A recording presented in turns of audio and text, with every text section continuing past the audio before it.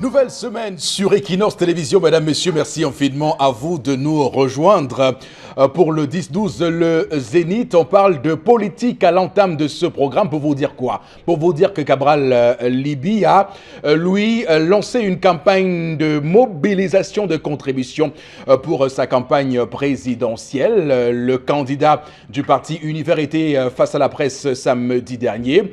Il a d'ailleurs évalué le montant précis de ce budget, 200 millions de francs CFA. Cela rentre dans une phase de fundraising, deuxième du genre après les 30 millions de francs CFA contribués pour sa caution à la présidentielle dans son dossier de candidature. Donc 200 millions de francs CFA pour servir à déployer des agents, des personnes sur l'ensemble du territoire national du Cameroun.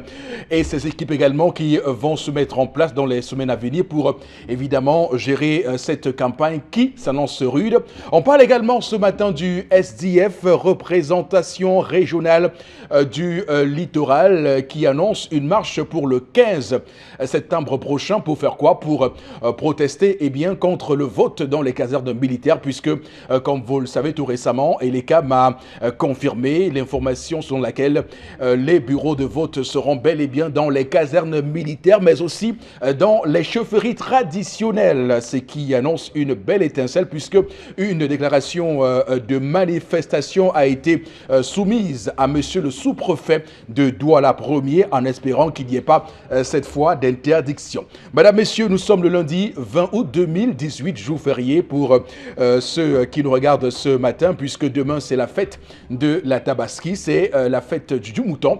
Nous sommes tous là ce matin, comme chaque matin d'ailleurs. D'abord vous, Charlamel Bachou, bonjour et bienvenue.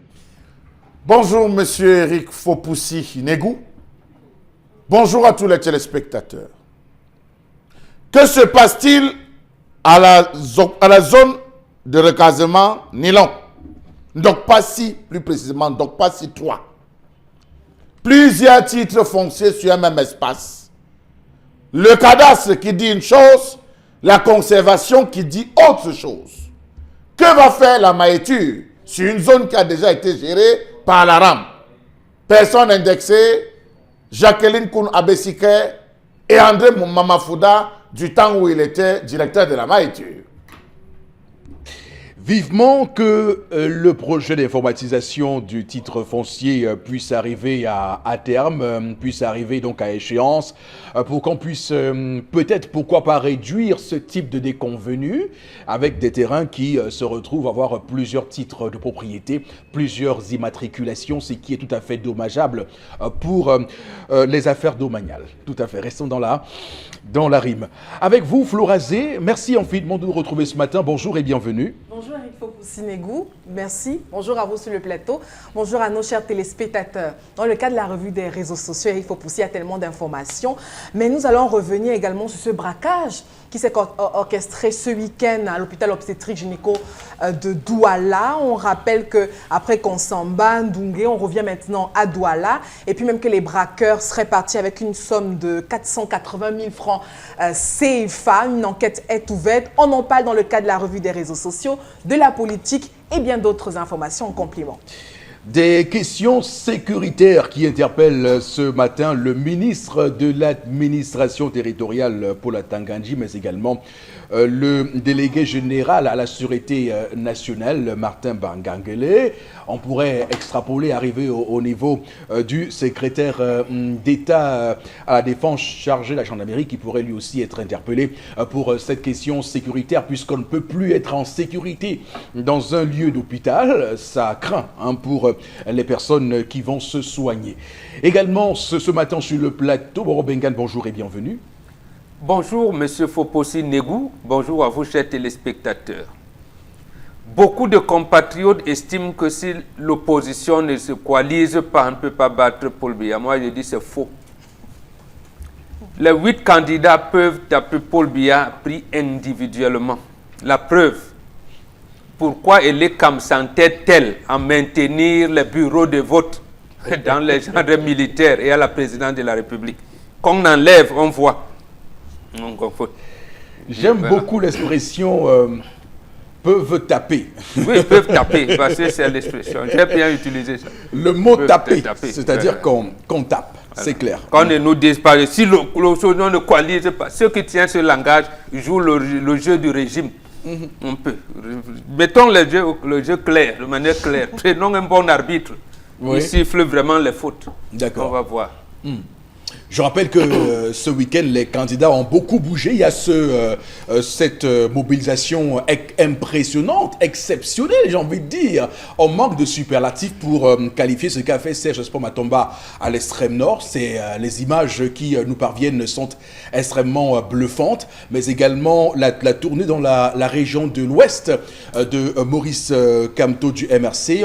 On voit bien que les choses commencent à bouger et surtout cette mobilisation de fonds appelé par Cabral Libye, on sent que les choses sérieuses commencent. Nous aussi, on va commencer les choses sérieuses sur ce plateau ce matin, mesdames, messieurs, avec la première articulation de ce programme. Il s'agit de l'histoire du jour et c'est tendances cogne la voyageuse, pas Charles Hamel. Sourit parce qu'elle craint qu'on lance tout de suite Charles Hamel. Non, tout de suite, voici tendance, l'histoire du jour. Bonjour Eric, bonjour encore à tous ceux qui nous regardent ce matin. Bonjour Pem Bombok, j'ai bien passé le week-end. Pem, tu as passé le week-end comment? Non, très chargé, mais bien.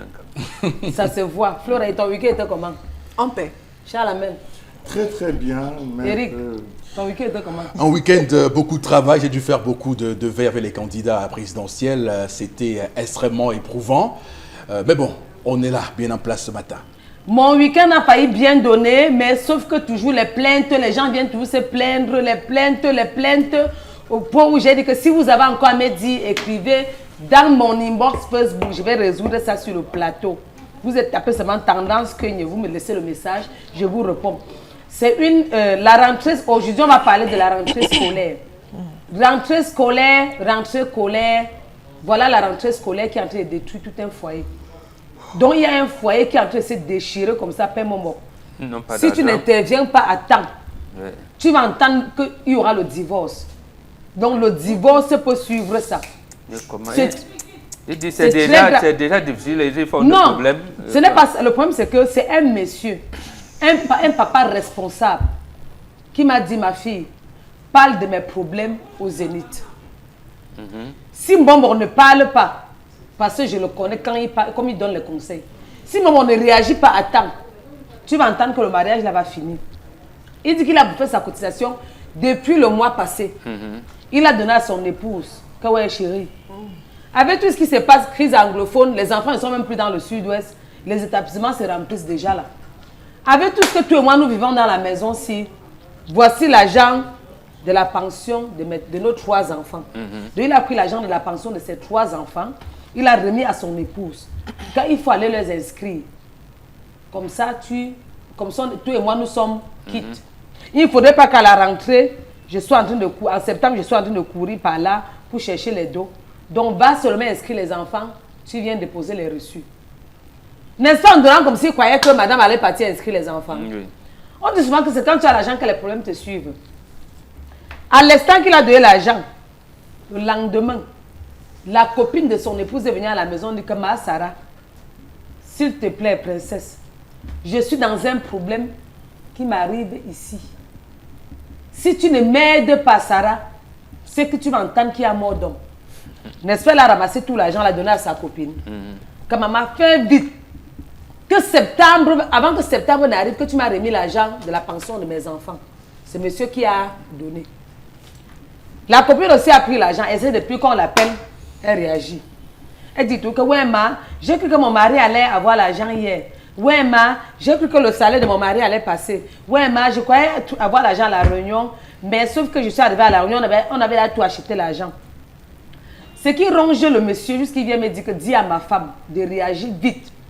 Ce que depuis il dit à sa femme que tu fais comment bébé? Est-ce que je peux voir le reçu des enfants? Madame ne dit rien.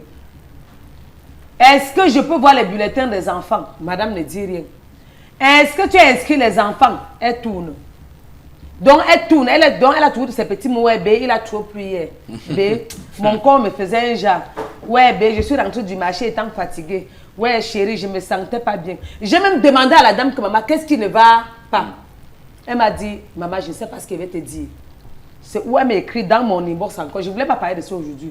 Elle m'écrit dans mon inbox où elle est là. Elle n'a pas envie de dire à son mari que sa copine a prêté l'argent.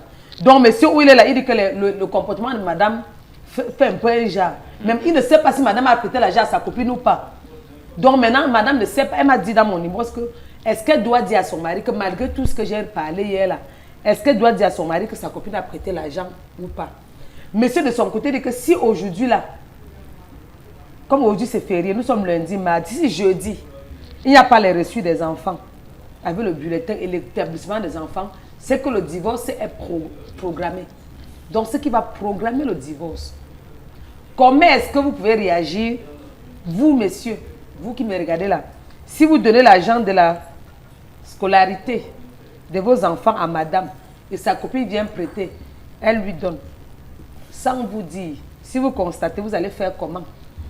Est-ce que c'est normal d'abord de prendre l'argent de la scolarité de ses enfants, de prêter à sa meilleure copine, sous prétexte que ta copine a les problèmes sérieux? Point d'interrogation. La copine qui prend aussi l'argent, est-ce que c'est normal de prendre l'argent et tourner tout que je vais donner et tu ne donnes pas et le temps ne fait que passer? Point d'interrogation. Ou la question est même bien posée. Eric, vas-y avec tes téléspectateurs. Je me tends encore, mais bon. Toutes les questions là sont bien posées. Tout à fait, ma fille. Ok. Eric, vas-y. La confiance est capitale. Confidence is capital, comme disent les Anglais. C'est important qu'on commence par là et qu'on observe que ce mari est d'une prévoyance inouïe. C'est un homme prévoyant. D'ailleurs, ça pose la question en arrière, comment on prépare sa rentrée scolaire?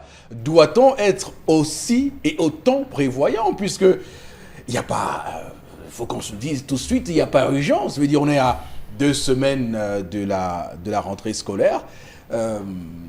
Quelle urgence y a-t-il maintenant à se précipiter pour aller inscrire les enfants? D'ailleurs, chacun nous dira sur ce plateau s'il est plutôt judicieux d'attendre que la rentrée passe avant de se lancer dans la tâche d'inscrire les enfants. En tout cas, le timing d'inscription sera un sujet de débat, j'ose le croire, sur ce plateau ce matin. Et puis, on va le dire clairement, la question de la délégation. Comment vous gérez ces tâches liées aux enfants dans le scolaire? Est-ce que l'homme délègue donc cette partie d'inscription à sa femme? Pourquoi doit-on le faire? Qu'est-ce qui peut expliquer qu'on délègue cette tâche-là à son épouse lorsqu'on sait qu'il y a des hommes qui prennent un vrai plaisir à aller eux-mêmes inscrire leurs enfants, à aller eux-mêmes dans les librairies, papeteries pour trouver les fournitures scolaires à leurs enfants? On pourra également prendre l'autre palier de la question qui pourrait être les questions autour de l'obtention d'un prêt auprès d'un proche. Donc lorsqu'il y a une dette donc, qui régit les relations entre 2 amis, entre 2 frères, comment ça se gère puisqu'on sait que le plus souvent le remboursement n'est pas aussi aisé. Je rappelle que si on revient dans le code civil, il y a un montant précis d'argent au-delà duquel on vous exige de faire un acte écrit pour consacrer cette dette-là, ce qui vous permettra d'ailleurs de le faire valoir si jamais il y a un procès ou s'il y a un contentieux dû au fait de l'insolvabilité de cette dernière. Et on parlera enfin je l'ai un peu dit ce matin, de la confiance. Donc, comment on gère la confiance avec ses proches et un montant d'argent comme celui-ci? J'imagine que le problème soumis à cette dame a été d'une telle urgence qu'elle s'est retrouvée dans l'obligation de secourir son ami. Donc, on comprendra aussi cette fois-là que le terme solidarité peut être aussi convoqué dans l'étude, dans l'examen de l'histoire de ce matin. Bon, Robengan, quelles sont vos observations? D'abord, je pense qu'il y a la répartition à faire au niveau de l'encadrement de l'enfant. C'est la femme qui éduque les enfants et l'homme s'occupe de l'instruction. Et je pense que vous avez utilisé le mot juste. L'homme est prévoyant. Et vous avez utilisé l'autre expression à déléguer le pouvoir. Effectivement, c'est ce que nous devons savoir. Lorsque l'homme ne connaît pas toute l'histoire ou comment le couple vit, mais on se rend vite compte que c'est l'homme qui est pourvoyeur de fonds. C'est lui qui travaille peut-être ou alors qui a des activités génératrices de revenus. Donc, qui dit à son épouse, toi, la comptable matière de la maison, voilà la pension des enfants. On sous-entend que là, les enfants sont dans des établissements privés. Et il faut commencer parce que dans certains établissements, je pense depuis 2 semaines, quand les résultats des examens probatoires sont sortis, ils ont ouvert les inscriptions. Donc, il faut aller inscrire les enfants, payer la première tranche, en attendant que les livres soient, on se bat pour les livres et les autres tenues scolaires. Donc là, c'est très bien. Il a délégué une partie de pouvoir à sa femme, qui, elle, vous avez dit également par solidarité, mais j'allais dire par naïveté. D'accord, Mais davantage. par naïveté, Oui. bon, je ne la condamne pas tout à fait. C'est vrai, parce qu'elle a calculé. 1 mois, ma copine qui est, bon, je prends le risque. Ça existe, c'est pour ça que nous sollicitons des compagnies d'assurance. Il y a des risques. Elle a pris le risque de venir en aide à sa copine qui malheureusement la met dans une situation compliquée. Faut-il la condamner? Je dis pas tout à fait. Pas tout à fait, mais on va seulement relever que dans ce genre de situation, il ne faut pas tout donner. Il ne faut pas faire tout pour être coincé. Généralement, c'est ce qu'on dit aux femmes. Vous pouvez prendre une partie et demander à votre copine d'aller, j'allais dire, auprès de quelqu'un d'autre, que de compromettre tout l'avenir de vos enfants, mais davantage l'harmonie au sein du couple. Donc là, elle est dans une situation vraiment compliquée. Mais Donc, sur la question du timing, est-ce qu'il y a urgence? Est-ce que, je veux dire, il y a encore un peu de temps pour attraper? Il n'y a pas péril en la demeure quand même en ce non, moment. on ne connaît pas, il y a péril en la demeure. D'abord, on ne sait pas si les enfants sont dans des classes d'examen. Parce que la pension, généralement, s'accompagne avec les frais d'examen que vous êtes obligé de donner, je pense, au plus tard en décembre. Donc, la pension, ils sont dans des établissements privés. Il y aura les frais d'examen, il y a les tenues. On ne sait pas, bon, c'est vrai, on connaît un peu le prix des livres scolaires, mais est-ce que ce sera disponible? Donc, l'homme voudrait que la rentrée, j'allais dire, soit amortie, soit prise de manière que ça ne pèse pas sur le couple. Donc, il y avait urgence. Maintenant, il faudrait seulement, je termine par là, non, que tendance, je dis à la femme qu'elle dise à son mari, justement, le fait d'attendre longtemps, ça va... Eh bien, elle ne sait pas comment il va prendre ça. Non, Comment on il dit, va- dit simplement, aussi simplement, Parce qu'elle est sous pression. chérie, je sais, tu me vends, je n'ai pas réglé la pension des enfants comme c'était prévu parce que, non, tu l'as appelé, ma copine est venue, elle m'avait posé le problème, vraiment, excuse-moi, je ne l'ai pas dit, mais elle n'arrive pas à me donner l'argent là. Il va gronder, avec raison d'ailleurs, mais je pense qu'il n'ira pas très loin. Jusqu'à la répudier. Voilà, parce que là, ça au semble fur et à être mesure que ça va le long, chemin. beaucoup d'idées sous-grenues vont commencer à survenir. Est-ce que c'est même sûr que c'est ta copine? Est-ce que bon, vous voyez, il ne faut pas que... Et même c'est pourquoi des pas telles appeler idées. sa copine pour venir, Voilà. je sais pas forcément sa copine. Non, le couple, qu'elle dise d'abord à son mari pourrait donc vérifier. convoquer de le sa couple en copine. question parce que pas uniquement la Pas copine. encore le couple, la copine d'abord, parce que Uniquement, oui. en contactant des prêts d'argent, est-ce que son mari était au courant? Puisque celle-ci, elle a sorti de l'argent sans que son mari ne soit Non, au puisque courant. son Non. mari n'a pas touché, donc n'a pas eu son argent, son salaire, donc elle lie son mari à cette histoire. Non, les Donc, femmes, elle autant peut les dire écouter. ça, elle peut dire ça alors que son mari n'est même pas au courant qu'elle allait contacter une dette quelque part. Ben, c'est Donc compliqué. vous ça. commencez d'abord par Oui. puisqu'en fait c'est la solidarité qu'il faut maintenir. Maintenant il y a une situation qu'il faut contenir de telle manière que ça ne puisse pas désagréger le couple, et même les deux couples. D'accord. Et j'aimerais quand même ce matin dire, je sais pas, on a souvent grandi en pensant que avoir contracté des dettes, être une personne endettée était une mauvaise chose. Il y a des gens qui n'arrivent pas à vivre sans les dettes. Mais et des gens qui comment vous n'arrivent pas. dites, les États s'endettent. Non, mais À bon, plus bon. forte raison des Non, individus. non, mais quand Les même. États-Unis sont le pays le plus endetté Mais au monde. quand même, il faut faire attention. Est-ce qu'on doit s'endetter pour faire des choses qui ne sont pas d'une importance extraordinaire? Voilà, Je là veux dire, à un maintenant, moment donné, justement, oui. là vous avez raison de poser le problème. Là, Oui. pour contacter des dettes, pourquoi? Oui. Voilà, c'est un autre problème. Mais pour tout le monde s'endette. Oui, mais il y a une dette qui est vertueuse, tout le monde, on peut le comprendre. Absolument. Mais on voit le plus souvent des gens qui ont une maladie. Ils font des dépenses de prestige. Oui, ça devient une pathologie. Il y a des gens qui n'arrivent pas à vivre sans les dettes, qui vivent comme ça. Bon, à ce niveau-là, c'est la société qui peut réguler ça. C'est-à-dire que ça dépend du comportement entre amis. Vous avez votre ami, vous lui dites non, mais ne faites pas ça, vous aussi. Tu as fait ci, tu as fait ça, tu ne vois pas que. Tu ne vois. Donc c'est entre nous, dans la société, que nous devons, par la solidarité, l'entraide mutuelle qui existe entre nous, de réguler ce que vous appelez effectivement. D'être prévoyant comme ce monsieur. Veut dire, si vous avez un problème, je pense que lorsqu'on vit, on doit pouvoir avoir une gestion financière qui soit efficiente et qu'on mette de côté, je ne sais pas, une somme d'argent qui pourrait être une somme d'appoint. Qui devra servir si jamais, une situation terrible nous arrive.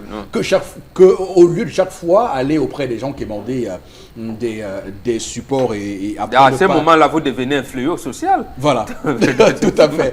Alors, Florazé, la question que moi je vous pose ce matin va être liée à cette femme.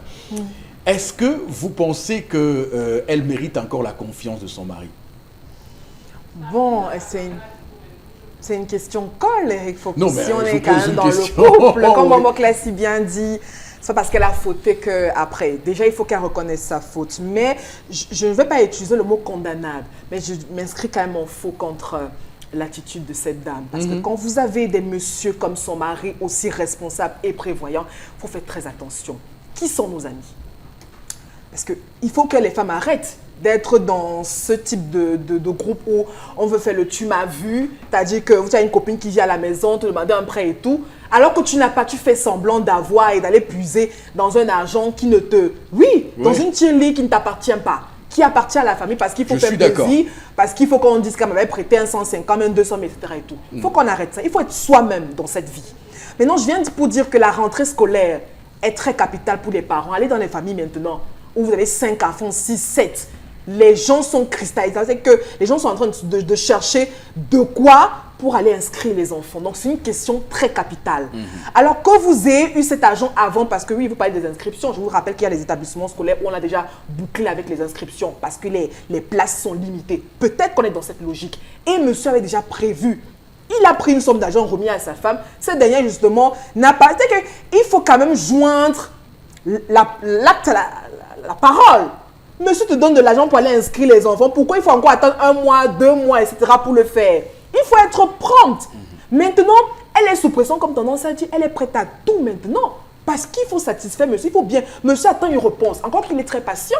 D'autres messieurs seraient en train de tout bouleverser. On n'en serait pas là. Et il aurait raison. Donc, il faut faire très attention, Eric Fopussi. Donc, je dis, qui sont nos amis? Qui sont ceux qui nous entourent? Vous, ma copine, mes amis, mon ami. C'est qui exactement?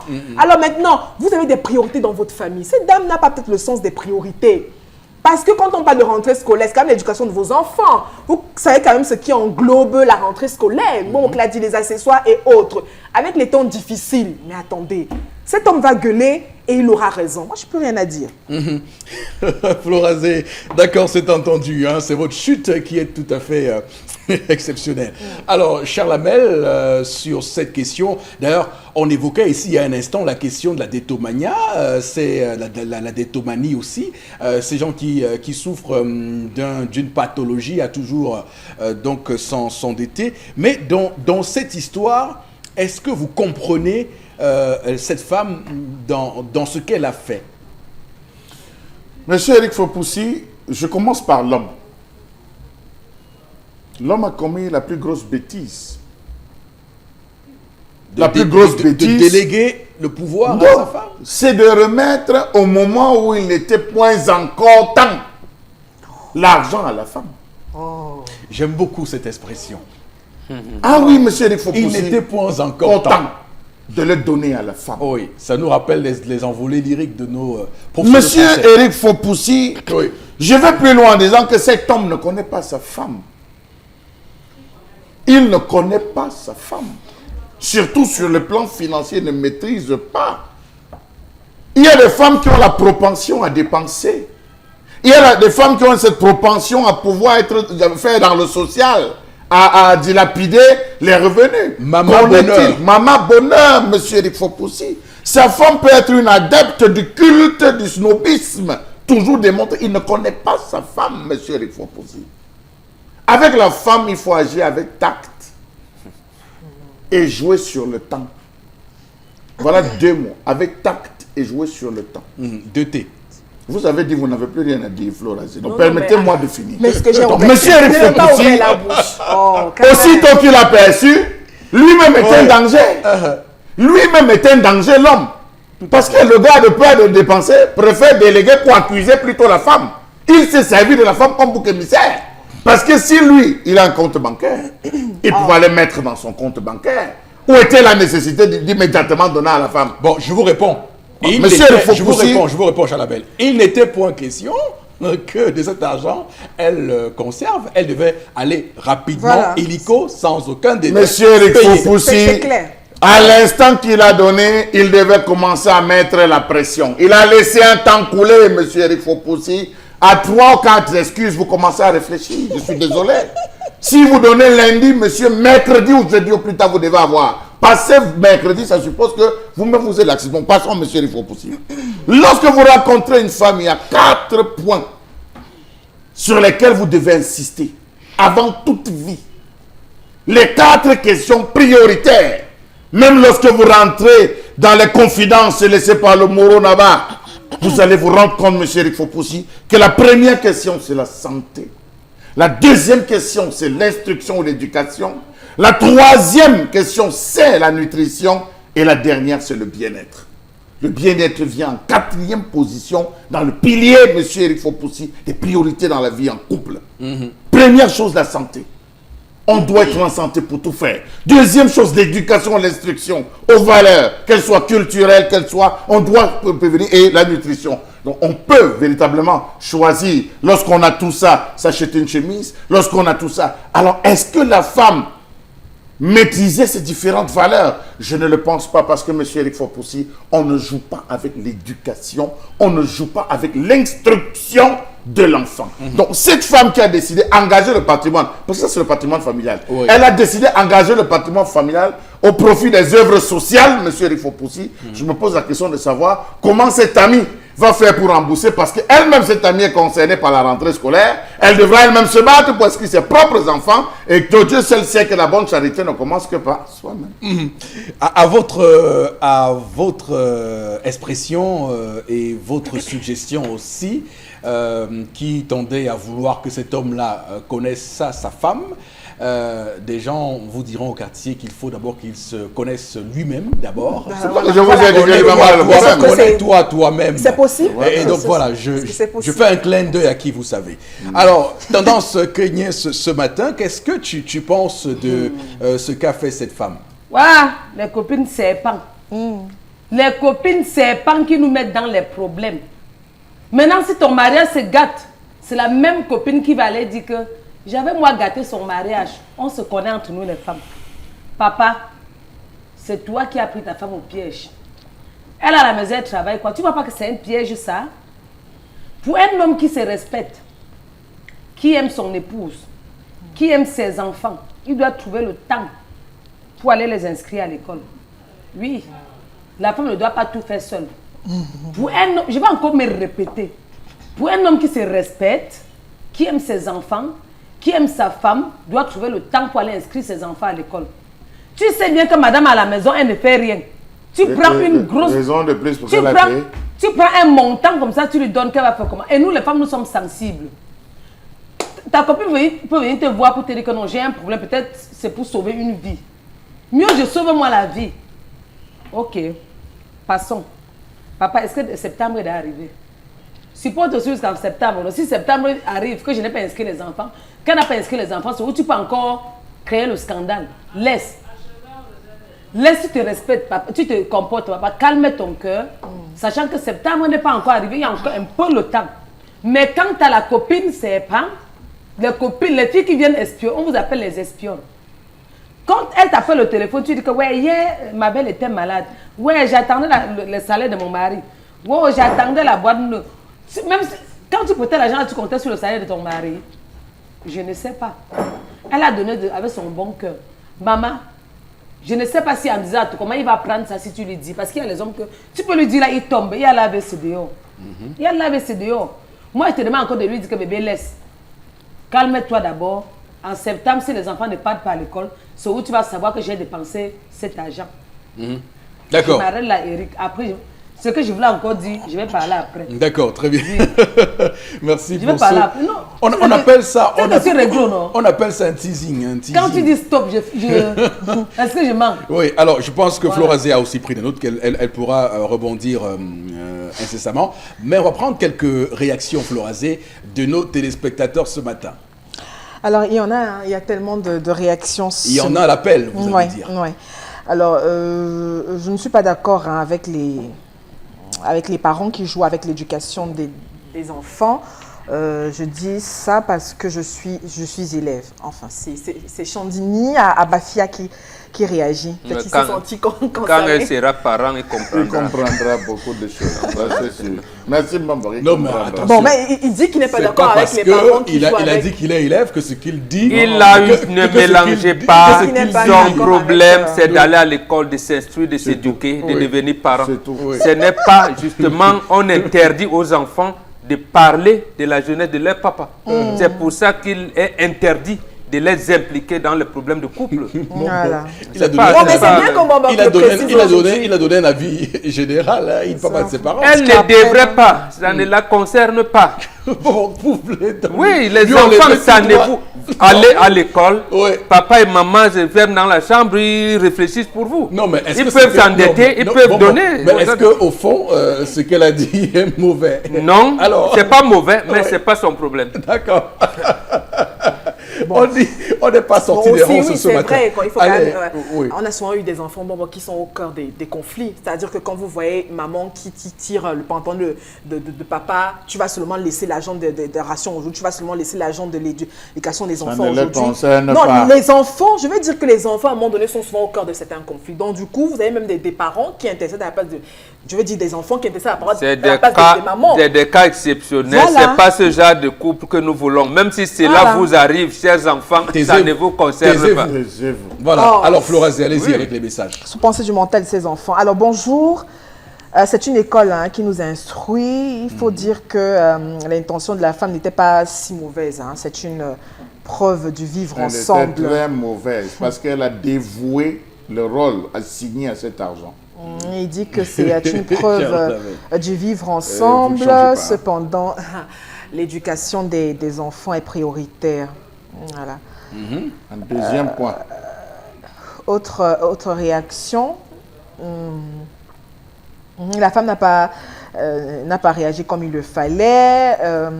Que ce dernier reste calme. D'accord. Comme il a, continue d'adopter cette attitude.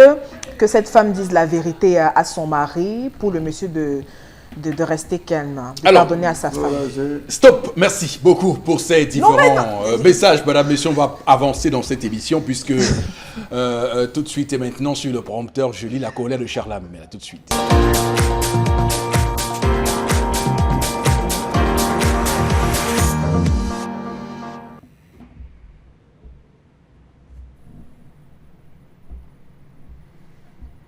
Je m'interroge ce jour sur la question du manque à gagner causé par la crise anglophone au Cameroun. Marquons un temps d'arrêt et interrogeons-nous. Est-ce que ceux qui sont assis dans les fauteuils rembourrés, les fauteuils massants, les fauteuils chauffants de Yaoundé savent ce que nous endurons, savent ce que les populations endurent? Comment comprendre la léthargie de nos dirigeants face à cette crise qui prend des proportions spontanées tous les jours? Comment ne pas se rendre compte des grosses conséquences qu'occasionne cette crise qui entre dans sa deuxième année violente? Comment comprendre cette baisse de morale chez les commerçants, les transporteurs et les entrepreneurs? Savez-vous que depuis le déclenchement de cette crise, les startups, les entreprises de téléphonie mobile et les banques, entre autres installées dans la ville de Boya dans le sud-ouest et celle du nord-ouest, considérée comme le hub du Cameroun, ont payé le lourd tribut. Savez-vous que l'impact économique de la crise anglophone se fait ressentir non seulement dans les caisses fiscales de l'État du Cameroun, mais aussi dans les sphères économiques des villes francophones? Savez-vous que la paralysie des régions du nord-ouest et du sud-ouest ont occasionné des pertes qui se chiffrent à plus de 700 milliards de francs CFA? Savez-vous que la catalepsie de ces deux régions frontalières avec le Nigeria a considérablement ralenti l'activité économique, échanges commerciaux à risque, aussi bien à l'intérieur du pays qu'entre le Cameroun et de ce pays voisin qui demeure un partenaire de poids, le Nigeria? Que dire alors de la CDC qui a vu ses équipements et personnels voir l'hégémonie des sécessionnistes? Savez-vous que le Sud-Ouest est incontestablement la région la plus importante de par sa production de pétrole, du cacao et exploitation agro-industrielle telle que la CDC et PAMOL? Que dire alors de la chute des exportations nigérianes vers ces parties du Cameroun? Savez-vous que la paralysie d'une telle ou de cette région impacterait négativement sur l'économie du Cameroun? Savez-vous que l'apport de la région du Sud-Ouest dans l'économie camerounaise représente à elle seule pratiquement 45% des recettes en devises? Savez-vous que les startups installées dans la Silicon Mountain à Limbé, autant que les fournisseurs de services à valeur ajoutée, ont enregistré des pertes estimées par l'association Internet sans frontières à 400 millions en 2 semaines seulement? Savez-vous que la suspension de la fourniture de l'Internet a par exemple entraîné de graves perturbations dans les secteurs tels que les banques, les transferts de fonds et les technologies de l'information et de la communication, qui sont essentiellement dépendants de l'Internet pour les différentes transactions? Savez-vous que même le syndicat des transporteurs de la gare routière de Monabéry à Douala subit les affres de cette crise? Savez-vous par exemple que la liaison entre les régions francophones et anglophones a connu une chute de 75% des activités? Savez-vous qu'à ce jour, beaucoup d'entreprises sont en train de fermer? Elles ferment chaque jour. Environ 1151 entreprises sont en train de fermer dans ces deux régions, chacune ne pouvant plus supporter les charges fixes, autant pour moi, et surtout l'implication constante de ces risques des Ambaboy. Savez-vous qu'avant, il y avait au départ de Douala 35 véhicules de Kumba à Douala tous les matins? Aujourd'hui, la gare ne compte qu'environ 6 véhicules, voire 10 tout au plus. Et oui, messieurs, rassurez-vous, les gens ont peur de mettre leur argent dans les affaires parce qu'ils ne savent pas de quoi demain sera fait. Savez-vous que même le Watafoufou est devenu trop rare? Les marchés de Douala sont rares en produits venant de ces différentes zones du nord-ouest et du sud-ouest. La famine commence déjà à toucher, à attaquer la ville de Douala. Vous ne vous rendez pas compte, mais l'impact est profond. Savez-vous qu'une étude récente a démontré que sur les 1511 entreprises qui ont été créées dans les deux régions en 2011, seulement 400 ont survécu, le reste ont fermé. Savez-vous qu'une banque qui travaille 3 jours par semaine, comme c'est le cas dans ces régions, perd environ 60% de ses recettes, sans toutefois oublier que puisque l'activité ne tourne pas, il n'y a plus de recettes d'argent, mais on continue à payer les charges fixes. Pour qui? Pourquoi? Quand? Jusqu'à quand? Et comment cela va-t-il se terminer? Attention, les villes périphériques souffrent déjà. La famine est en train d'arriver. On ne cultive plus. On ne travaille plus dans ces régions. Comment va-t-on s'en sortir? Il est temps. Il est temps qu'on mette un terme à tout cela, qu'on essaie de s'asseoir. Et pour cela, je m'interroge et je vous interroge. Charles Amel Bacho qui nous amène ce matin dans la crise anglophone et ses répercussions malheureuses. On voit bien que le manque à gagner est considérable au cœur de ce problème anglophone et que depuis lors on a plongé économiquement et lorsqu'on voit la situation désastreuse des opérateurs économiques dans ce secteur-là, on va dire que d'aucuns ou bien un bon nombre d'entre eux ont perdu la vie dans cette sale guerre comme qualifie, pour prendre ici l'expression chère à Achille Bembe, des opérateurs économiques qui ont perdu la vie dans cette guerre, il faut le dire. Et vous savez, lorsque un opérateur économique perd la vie dans une situation aussi compliquée, c'est son entreprise qui, pour le coup, tombe. Vous avez évoqué la question des transports. C'est intéressant de voir comment les gens aujourd'hui ont de la peine à desservir ces différentes parties de ces deux régions anglophones du Cameroun, surtout les entreprises brassicoles qui ont complètement arrêté de la fourniture donc en boisson de ce côté-là. J'imagine, les gens me dire, ouais, mais c'est de l'alcool, mais il n'y a pas que l'alcool, il y a également des jus, il y a aussi de l'eau, par exemple, qui peuvent être acheminés dans ces parties du pays. On voit bien qu'il n'y a pas de possibilité de faire des cargaisons qui y vont. Le gouvernement essaie tant bien que mal, le plus souvent, de réquisitionner quelques entreprises de transport. D'ailleurs, j'ai ici le témoignage d'un transporteur, d'un conducteur qui a dû aller livrer de la marchandise à Boya, mais arrivé à Boya, le gouverneur ou bien les autorités de Boya l'ont demandé, lui ont exigé de lui d'ailleurs qu'il fasse un autre voyage pour Manfé. Et ce voyage-là a dû se faire sur forte escortabilité avec des chars de guerre qui entouraient son camion. Et il a dû subir une attaque en cours de route puisqu'il est rentré. Bon, il n'a pas eu de blessure, il n'a rien eu. Mais psychologiquement, il est revenu à Douala étant rincé. Donc c'est pour vous dire que cette psychose, cette névrose-là crée des problèmes auprès des opérateurs économiques qui ne trouvent plus le besoin de faire des affaires dans cette partie du pays. Vous avez évoqué la CDC, là encore c'est un gros désastre. On voit très bien que l'entreprise est actuellement, selon les dernières informations, en train et pourrait faire faillite, être banqueroute. On n'espère pas, mais dans l'allure où vont les choses, on n'est pas loin de cela. On a donné le congé technique à plus de 1000 ou 2000, je pense, employés qui travaillent. Ils sont déjà, ils vont rentrer s'asseoir au quartier. Oui, et il faut dire qu'entre janvier et avril 2017, 93 jours ont été comptés de coupures d'Internet avant la plus longue qui a été faite en octobre. 440 millions de francs CFA. Oui, et vous imaginez qu'à Boya, il y a cette Silicon Mountain qui abritait l'essentiel des startups camerounaises. Vous imaginez un peu le manque à gagner et surtout les contrats qu'elles avaient avec l'extérieur. Bon, Bengan, voilà. Et puis, j'allais oublier, c'était important de le rappeler parce qu'il faut dire que Boya était devenue la capitale camerounaise de la musique urbaine camerounaise. Donc il y avait de nombreux artistes camerounais, cette nouvelle vague, Daphné, Mister Léo, tout ça, qui ont été révélés dans cette ville de Boya et donc qui a ralenti considérablement l'éclosion de ce grand hub pour cette musique qui a tendance à venir concurrencer celle du Nigeria et de la Côte d'Ivoire. Et quand on voit l'économie musicale de Boya, aujourd'hui, c'est clairement à terre. Bon, Bengan, quelle est votre lecture? Comment vous appréciez le manque à gagner de cette crise anglophone à la lumière de ce qu'a dit ce matin Chalamel Bachou? Non, quand vous dites déjà crise, ça veut dire qu'il y a un problème.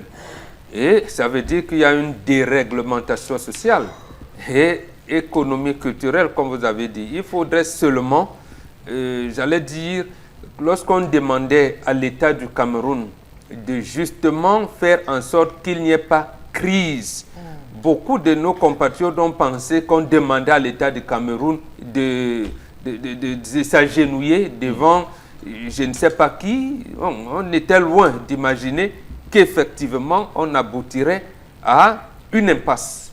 J'ai dit même une impasse, que le cas aujourd'hui, au point où on commence à chercher ce qui pourrait nous aider à nous réconcilier. Vous savez, on met les moyens aujourd'hui, l'Église, les religieux veulent mettre, on vous dit non, ce n'est pas votre temps, c'est pas tant, les cœurs sont encore, vous voyez, on renvoie, vous savez, ça veut dire qu'il y a un problème de déréglementation sociale. Lorsque l'État du Cameroun, à un moment donné, pendant les années 70, crée une agence de la BEAC, la Banque des États de l'Afrique centrale, notamment dans cette région du sud-ouest, ça veut dire que l'activité économique est propice.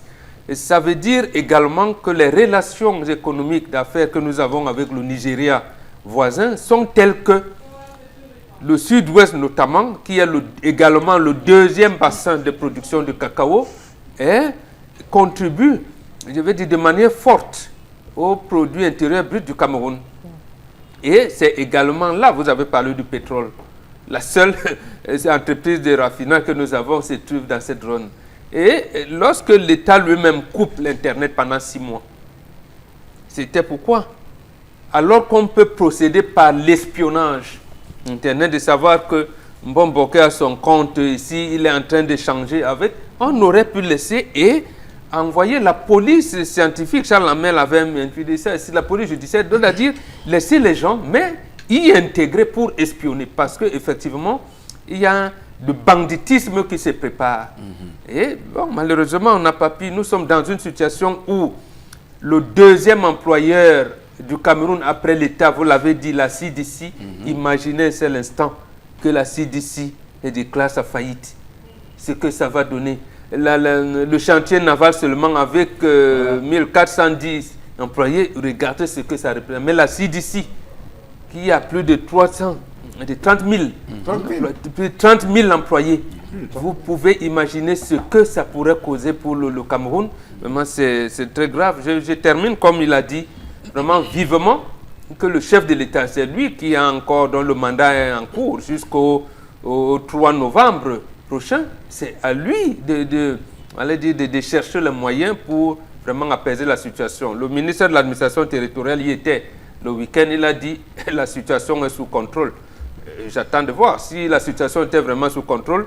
Je pense qu'il aurait dévoilé le plan de distribution, vous l'avez appelé assistance et tout ce que vous voulez. Mais bon, puisqu'il n'en a pas parlé, je pense que la situation n'est pas encore sous contrôle.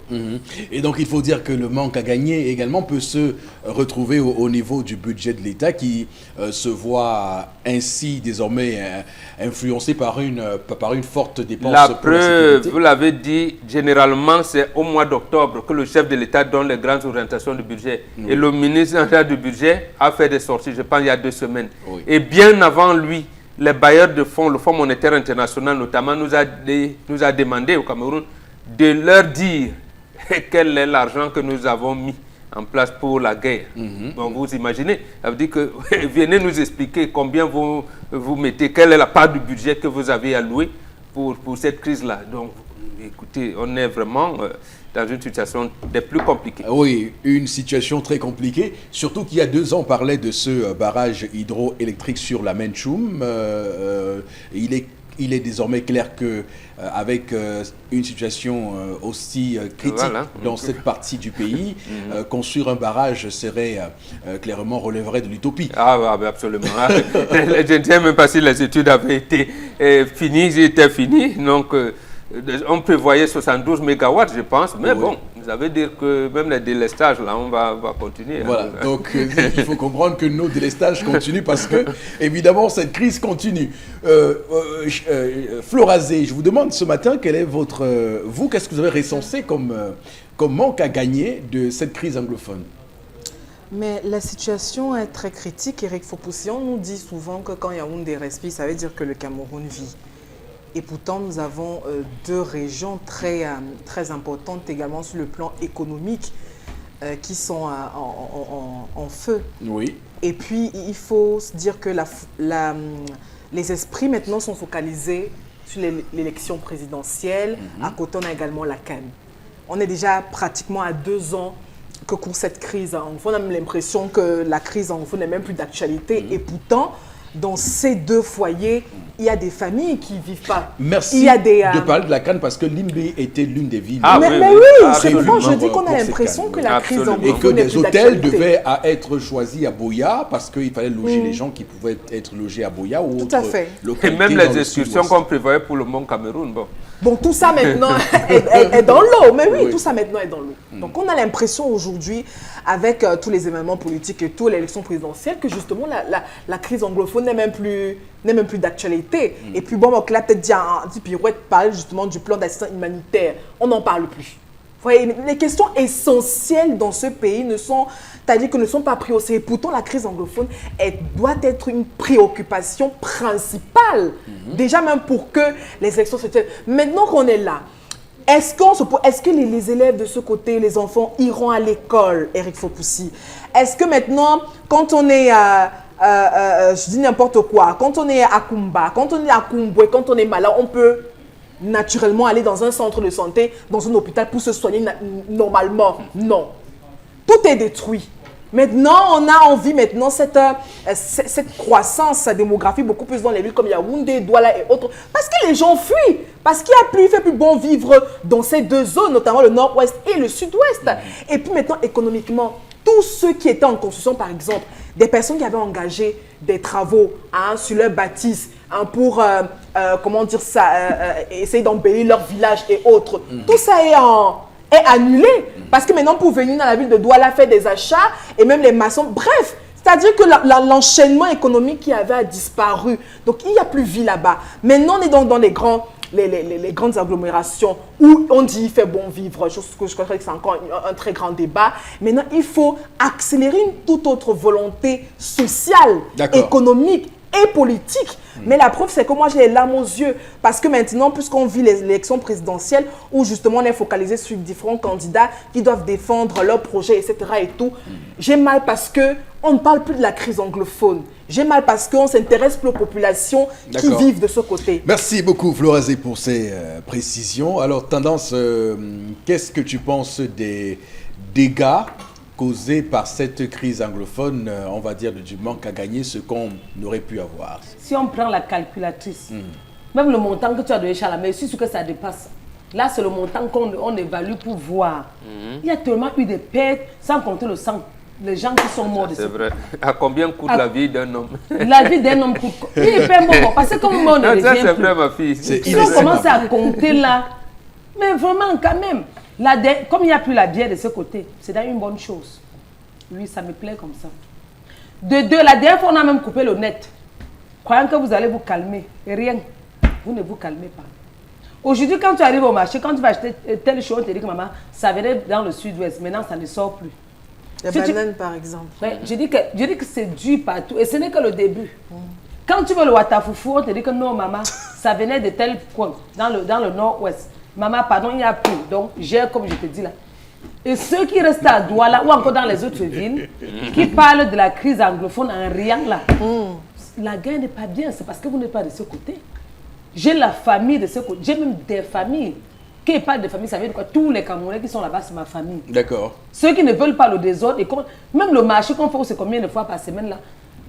Vraiment, si on pouvait jeter les armes et laisser que le pays aille de l'avant. C'est bon. Alors, juste un complément de commentaire, Chalamel, sur cette affaire. Monsieur Eric Fopoussi, on travaille dans la zone du nord-ouest et du sud-ouest en un an, 142 jours.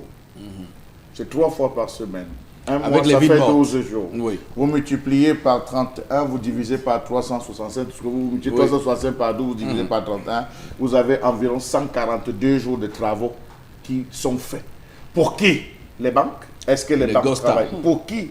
Monsieur Eric Fopoussi, on va dire que vous allez vous rendre compte qu'il y avait des gens qui quittaient la ville de Douala, Yaoundé, pour aller à Kumba, à Manfé, à Bamenda, acheter les produits cosmétiques, les savons, les ci, les ça. Les gens qui allaient acheter des produits pour revenir commercialiser, qui à Yaoundé, qui à Douala, qui à l'Est Cameroun. Voici déjà un premier marché qui s'est fermé. Vous avez ceux qui traversaient pour aller au Nigeria, pour aller prendre des produits pour rentrer ici, pour aider les Camerounais. Vous avez le principe, M. Eric Fopoussi, des hôpitaux. Vous avez vu que même le chef de l'État, à travers son ministre de la Santé, s'est indigné par rapport à l'attaque désormais des ambulances et des hôpitaux. La preuve, ce week-end, vous avez eu un hôpital qui s'est fait attaquer. Donc, M. Eric Fopoussi, les malades craignent même d'aller se faire hospitaliser désormais dans les hôpitaux. Dans les hôpitaux. Personne n'a sécurité. Personne n'a sécurité, oui. Les hôpitaux qui doivent faire un chiffre d'affaires vont se retrouver à ne plus atteindre les objectifs à eux fixés par le ministère. Conséquence, ça va créer un problème. Les médicaments n'arrivent pas, permettez-moi de vous le dire. Les médicaments ne transitent pas. Savez-vous que pour le nord-ouest, ceux qui veulent acheter les médicaments sont obligés d'aller à Bouddha, d'autres à Bangang pour acheter les médicaments. Oui, la prescription est faite à Bamenda, mais ils traversent pour aller à Bangang, à Boachap ou à Bouddha pour pouvoir avoir les médicaments. Monsieur Eric Fopoussi, mais c'est grave. Regardez dans le sud-ouest ceux qui souffrent, ceux qui ont une pathologie, pour aller passer, ne serait-ce que les dons, ils sont obligés de venir à Douala. Pour venir à Douala, il faut qu'ils attendent le jour ouvert. Et même ça, au niveau de la gare routière, je suis arrivé à la gare routière, monsieur Fopoussi, j'ai trouvé 4 voitures. Je dis que mes gars, on va faire quoi là-bas? La chance que nous on a, c'est que nous, on aime parce que c'est les hommes en tenue. Il y a quelques hommes en tenue qui sont en train de gérer, de faire le transport sur la ligne de Douala Limé, Douala Boya. Donc c'est là que le képi là qui sont donc il faut dire que nous sommes arrivés à ceci, que ça devient compliqué. Les matériels informatiques, pour la plupart, on vient acheter à Douala pour remonter dans ces zones. C'est assez grave. D'accord. Merci beaucoup, c'est grave. Madame, monsieur, on va marquer une pause. C'est la fin de cette première partie de l'émission. Nous sommes de retour dans un court instant pour la deuxième.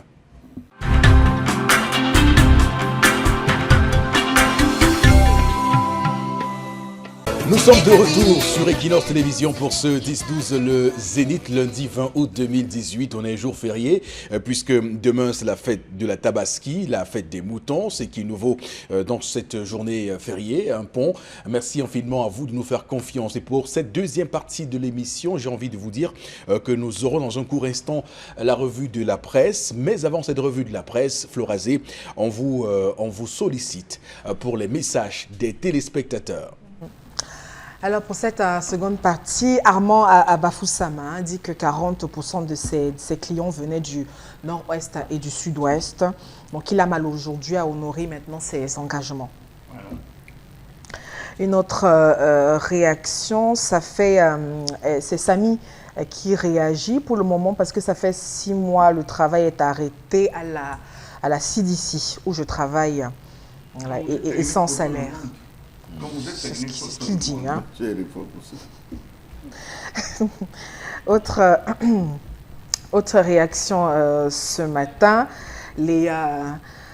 ceux qui nous dirigent sont focalisés ailleurs, se concentrent sur d'autres événements, mais puisque leurs propres enfants ne vivent pas dans le pays. Il y a surtout ces agences de transport, de voyage, de transport interurbain, qui doivent aujourd'hui accuser aussi le coût, donc manque à gagner parce que on imagine mal l'affluence, la pointe être autant qu'avant, donc on imagine qu'ils n'ont pas assez de passagers pour faire ces lignes.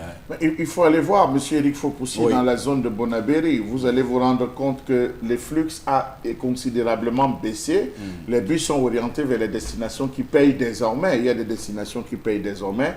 À défaut de ça, certains responsables d'agence se sont retrouvés à charger, à réserver 5 à 6 places de billets pour les billets dans leurs différents bus pour faciliter le transport. On peut prévoir, c'est entre guillemets, des éventuelles attaques. Mais toujours est-il, M. Eric Fopoussi, que bouger 3 fois par semaine, aller le lundi, ouvrir le mercredi et le vendredi, vous vous rendez compte que ça pénalise, M. Eric Fopoussi. Tout type d'activité, ça pénalise.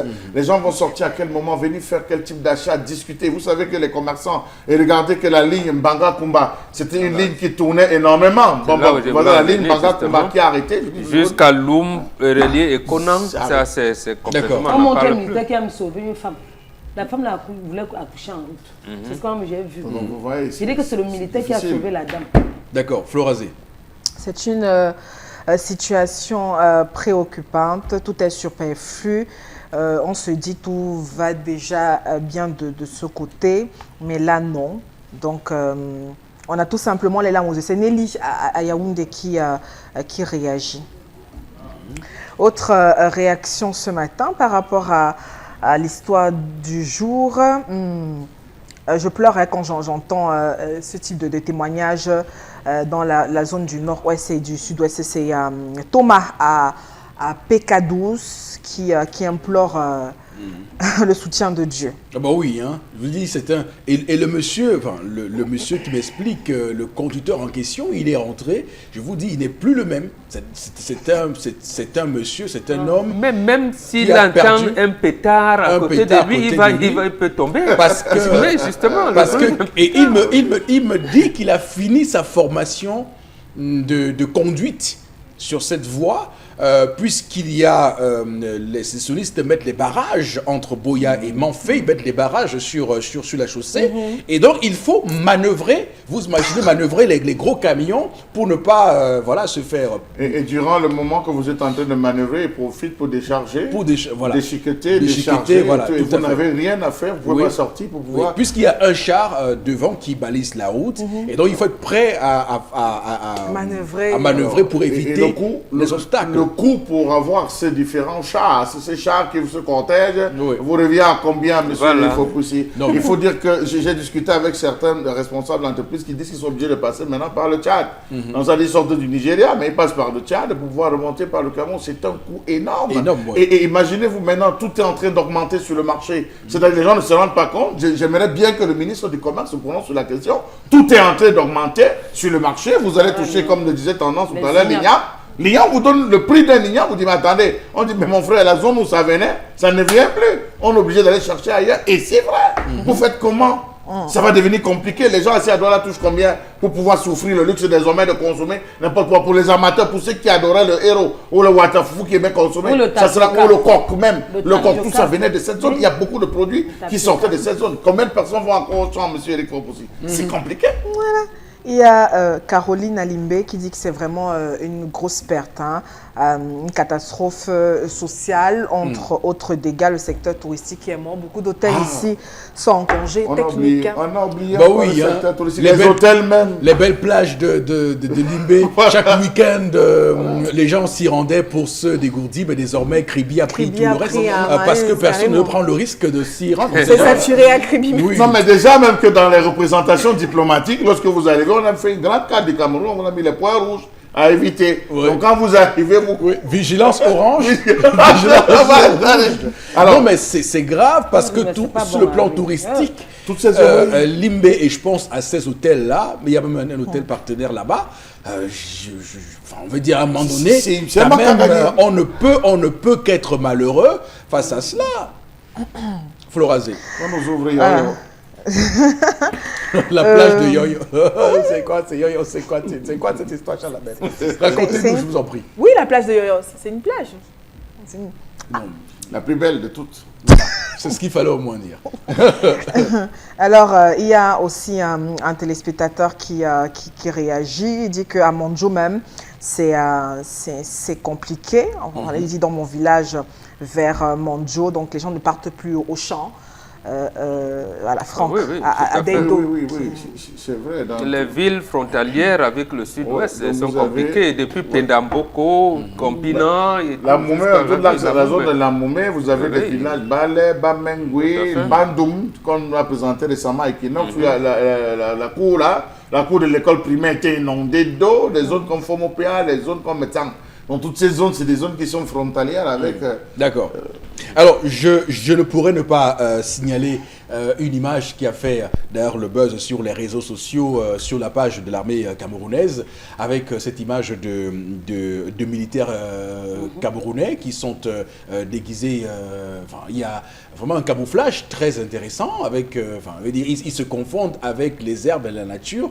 Donc, je ne sais pas comment ils appellent ça techniquement. Et donc, ils ont entamé une phase de camouflage, de ratissage dans la forêt, puisque ils sont passés à l'étape suivante. Donc, aller chercher les terroristes dans leurs cachots, dans les forêts, puisque vous savez qu'eux, ils ont des bases arrière dans les forêts et tout ce qu'on peut imaginer. Donc, ils commencent à aller là-bas les extirper. Ils ont montré vraiment un important matériel saisi de guerre auprès des sécessionnistes. Je veux dire que si cette opération-là a réussi, je pense que on aura terminé avec cette crise et c'est tout ce que nous voulons pour ce pays qui doit rester un et indivisible. Okay. Alors, Agarois, il y a bienvenue à Agarois qui réagit par rapport à l'histoire du jour. Il dit que l'éducation des enfants ne concerne pas seulement les monsieur. Il est donc de bon temps aussi que les dames puissent s'impliquer dans l'inscription des enfants. Le couple forme une équipe donc, qui conjugue des efforts pour atteindre un certain nombre d'objectifs. D'accord. Merci beaucoup pour ces différentes réactions. Je pense qu'on en a quand même suffisamment lu ce matin. Alors Florazé, avec vous, on va rester sur la revue des réseaux sociaux, du moins on va rester sur vous pour la revue des réseaux sociaux. Tout à fait, Eric Fopoussi. 3 informations pour ce jour. Et puis la toute première, on parle de cette élection présidentielle. Vous savez, avec l'actualité oblige, on est on s'est obligé d'avoir quelques informations à propos. Et puis avec celle de Cabral Libye qui lance donc une nouvelle opération de collecte de 200 millions de francs CFA pour sa campagne électorale. Vous pouvez imaginer le buzz que ça fait sur la toile. Les avis sont plutôt dispersés. Et puis, on rappelle que ce week-end, devant la presse à Yaoundé, donc Cabral Libye, le candidat du parti Univers, on le rappelle, a donc présenté son programme. Et puis quand même, il est, non sans répondre aussi à la polémique déjà au sujet de la levée de fonds qui l'a tout de même permis de payer sa caution de 30 millions de francs CFA. Les uns et les autres demandaient comment comment ont-ils fait au parti Univers pour collecter cette somme de 30 millions de francs CFA. Il est revenu sur pas mal d'arguments, pas mal de cotisations qui sont faites. Et puis, voilà encore une autre innovation de 200 millions de francs pour sa campagne électorale. Cette collecte qui est déjà lancée et puis qui commence aussi, chez nos internautes qui, certains estiment que c'est un peu trouble. Et au sein du parti Univers, c'est plutôt un acte social. On est en politique et puis c'est plutôt limpide comme de l'eau de roche, Eric Fopoussi. Alors, j'aimerais quand même commenter une image où on montre le drapeau du Cameroun. J'aimerais aussi qu'on y associe le drapeau de l'Union africaine. Donc, c'est important aussi, là, de montrer, voilà, qui est deux drapeaux, le drapeau du Cameroun et le drapeau de l'Union africaine, puisque je pense qu'on doit davantage marteler cela pour que nous ayons l'unité africaine. Bon, c'est pas le sujet. On va revenir sur, sur la question du fundraising. Bon, Bengan, est-ce que vous comprenez la violence des attaques qui ont suivi l'annonce de ce nouveau fundraising de Cabral Libye. Et d'ailleurs, on peut quand même s'offusquer de ce que ce soit autant violent, puisqu'on fait du deux poids deux mesures. Lorsque le RDPC du candidat Paul Biya fait des collectes dans les régions, personne ne s'en offusque. On a tout récemment vu dans la région du centre avec la Léquié, où le ministre de là-bas, Eyobe Aïssi, disait clairement que c'était le maillot jaune, le numéro 1 de la collecte. Mais personne ne s'est levé pour dire pourquoi on fait ça. Mais quand c'est Cabral Libye, on dit c'est la mendicité. Non, je comprends. Parce que le milieu politique est violent. Il est violent et ça s'explique pour le cas de Cabral parce que c'est un candidat populaire. Ou si vous voulez, un candidat du peuple. Un candidat, donc il a dit, je m'en vais porter moi. Et on s'offusque donc du fait que effectivement le peuple est en train de le suivre. Et il constitue un danger au moins à deux niveaux. D'abord pour l'établissement qui gouverne et en plus pour nous qui sommes les opposants irréductibles. Je pouvais dire des opposants de métier. Donc lui ne vient pas d'un parti politique. Donc les partis politiques existent, les opposants professionnels sont là, ils ont même des élus, mais ils n'arrivent pas à susciter l'engouement. Donc un jeune homme, il lui vient, il vous dit, inscrivez-vous sur les listes électorales parce que je pense que je peux gagner avec vous. Les gens s'inscrivent. On dit, mais non, il dit, pourquoi tu veux, voilà. Il me dit, or les partis politiques sont membres de commissions communales d'inscription sur les listes électorales. Y compris le parti au pouvoir. Ils n'arrivent pas à mobiliser. Tout le monde dit depuis au moins 20 ans, dis donc, les élections servent même à quoi? Mais lui vient vous dire, non, ça sert à quelque chose. Le bulletin de vote, allons-y. Ils suivent. Aujourd'hui, vous savez que je n'ai pas l'argent, non. Donnez alors. Il donne. Vous savez, il est en train donc de dire qu'il recrute des autres. Et là où les autres n'ont pas pu s'émouvoir, lui, il s'épanouit, comme vous aimez souvent dire, comme un poisson dans l'eau. Donc, il est à l'aise. Il sait que c'est 200 millions et en plus, il a été clair. Voici les chiffres pour ceux qui en veulent. Les opérateurs de téléphonie mobile avec qui nous avons signé des conventions où l'argent est passé, ceux qui ont envoyé directement par titre, voilà ce que nous avons reçu. Donc, si vous avez l'autorisation, vous pouvez vérifier. Donc, fini. Les trucs vous disent, ah, dis donc, Jésus lui a même dit quoi? Est-ce qu'en 2 jours, vous pouvez lever? Est-ce qu'en 3 jours, vous pouvez? Il a dit, voilà les chiffres. Donc, je pense que Barack Obama avait essayé ça au point où elle a même remboursé la dette de Hillary Clinton. Donc, je pense Alors, que mais est-ce que, pour le coup, il ne se met pas un peu trop de pression? Est-ce que s'il n'arrive pas à atteindre les 200 millions, on ne pourrait pas voir ça comme un échec? Non, Et je ne pense pas. Et plomber sa campagne? Non, je ne pense pas. Oui. Parce que nous qui savons, il y a le plan B. D'accord. Il met d'abord un plan et vous dit voilà, s'il n'atteint pas les 200 millions, il sait comment il va réajuster. Quand quelqu'un vous dit d'abord dans son programme que non, il faut soit combien de milliards pour la rallonge budgétaire, ça veut dire qu'il sait comment ça peut se faire. Et surtout, lorsque vous voulez être un président de la République, vous vous donnez la pression, vous êtes sous pression. Parce que vous ne savez pas quelle sera la réaction. D'abord, la guerre, on parlait du sud-ouest, nord-ouest. Le chef de l'État, en commençant le mandat en 2011, il ne savait pas qu'il devait avoir guerre. Oui, tout à fait. Et même Boko Haram. Donc, il est toujours sous pression, mais le bien avec lui, alors, c'est qu'il est à l'écoute du peuple. Donc, c'est pour ça que je vois une originalité qui fait frémir les autres. Du moins, on va dire aussi une audace sans pareil. Une audace sans pareil, parce que se mettre autant de pression, 200 millions pour la campagne, alors ça, il faut le faire. Bon, dites alors au RDPC, finalement, là, c'est que l'Ouest a cotisé en un jour. Oui. Il y a plus de 200 millions, on peut même lui donner en disant Oui, que mais non. sauf que bon, mais quand il appelle comme ça, les gens vont scruter, est-ce qu'il va réussir? Est-ce que, déjà que lorsqu'il annonce que le premier fundraising des 30 millions, il y a beaucoup qui ne croient pas qu'il puisse être capable de réunir ces 30 millions de francs CFA. Donc là, il monte encore plus haut, 200 millions de francs CFA. Alors là, il s'est mis une sacrée pression pour le coup, parce que Moi, les gens je vont suis sûr qu'il scruter. aura plus. Bon, on espère bien. En tout cas, on verra, parce que ce sera l'enjeu de cette période de pré-campagne électorale pour voir si, avant cette campagne, ils se mettent en place. Alors, Charles Hamel, d'ici le 24 septembre, vous pensez que Cabral pourra réunir 200 millions de francs? Non, il n'a pas dit 24, il a jusqu'au 7. Monsieur Eric Fopoussi. Non, il a jusqu'au 7 Mais octobre. la campagne doit commencer, il doit mettre les gens sur le terrain. Il commence la campagne, mais le fonds continue jusqu'au 7 octobre, jour des élections. Monsieur Eric Fopoussi, je vais prendre un bon bloc au vol. Vous savez, les Camerounais sont fatigués des coups de cœur, les Camerounais sont fatigués des contributions, les Camerounais sont fatigués des choses opaques. Il s'est essayé, je ne dis pas non, j'apprécie véritablement l'engagement de Cabral dans ce qu'il veut faire, mais on s'attendait à ce qu'il dise à toutes les populations, à tous ceux qui ont contribué, que vous avez donné tant. J'ai prélevé de ce temps, parce qu'il n'y a pas un baromètre qui est passé aux opérateurs téléphoniques qui vont dire attention, on ne cotise plus, on a atteint là-bas. Il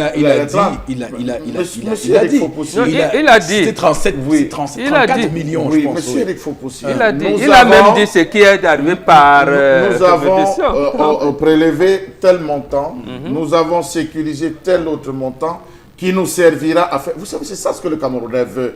Le Camerounais veut qu'en détail, vous lui expliquez comment est-ce que son argent va être géré. On a prélevé tant. En termes de fonds de fonctionnement, nous allons gérer comme ceci, comme cela.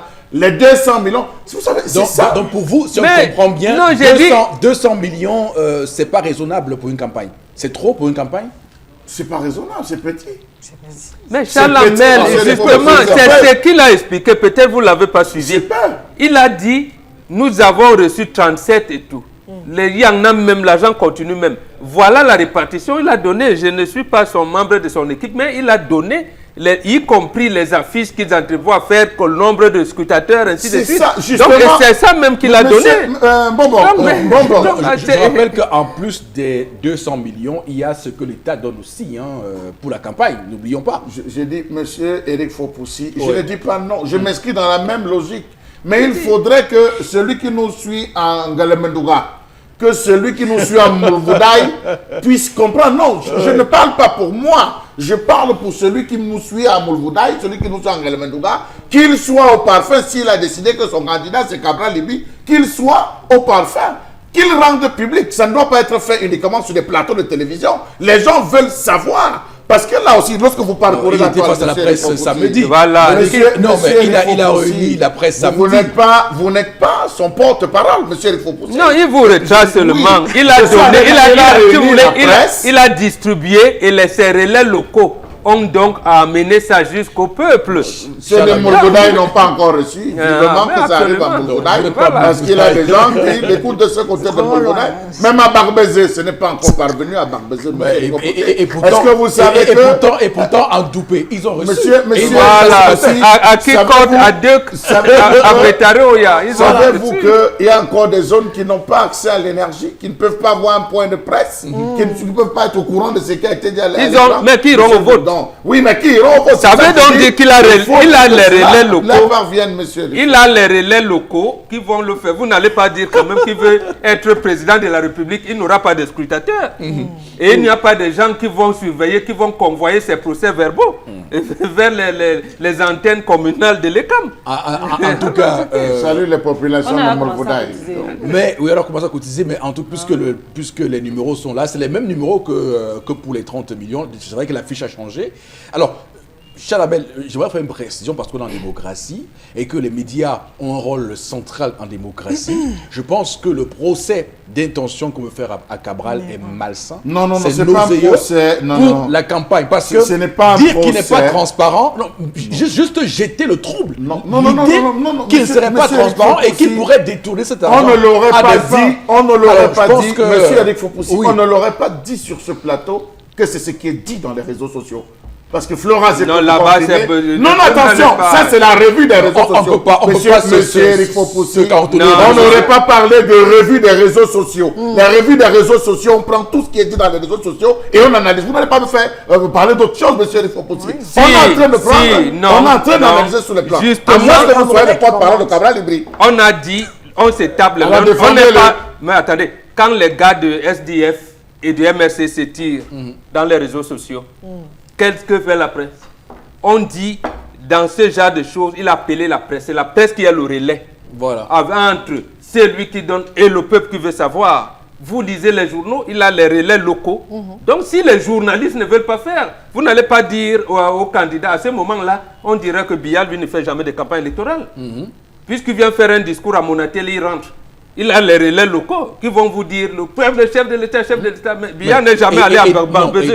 Et d'ailleurs, nulle part au monde, un candidat ne fait de toutes les parties du pays. C'est à ça que sert un meeting ou une réunion publique. Le meeting sert à rassembler les partisans les plus durs pour leur donner la force, l'énergie, pour qu'ils aillent après. Et en plus, les relais sont faits sur les réseaux sociaux parce que la preuve, lorsque vous parlez des images de Serge Espoir Matomba qui vous ont parvenu, c'est par les réseaux sociaux. Oui. Quelqu'un peut opposer une critique en disant qu'est-ce qu'il vous a dit, qu'est-ce qu'il vous dit pas, qu'on a fait un montage. Le Donc, mieux, il faut dire que le vous mieux, n'allez pas non, prendre non, une position que vous allez juger, estimer être la Charles vôtre et combattre les autres. Non, c'est pas normal.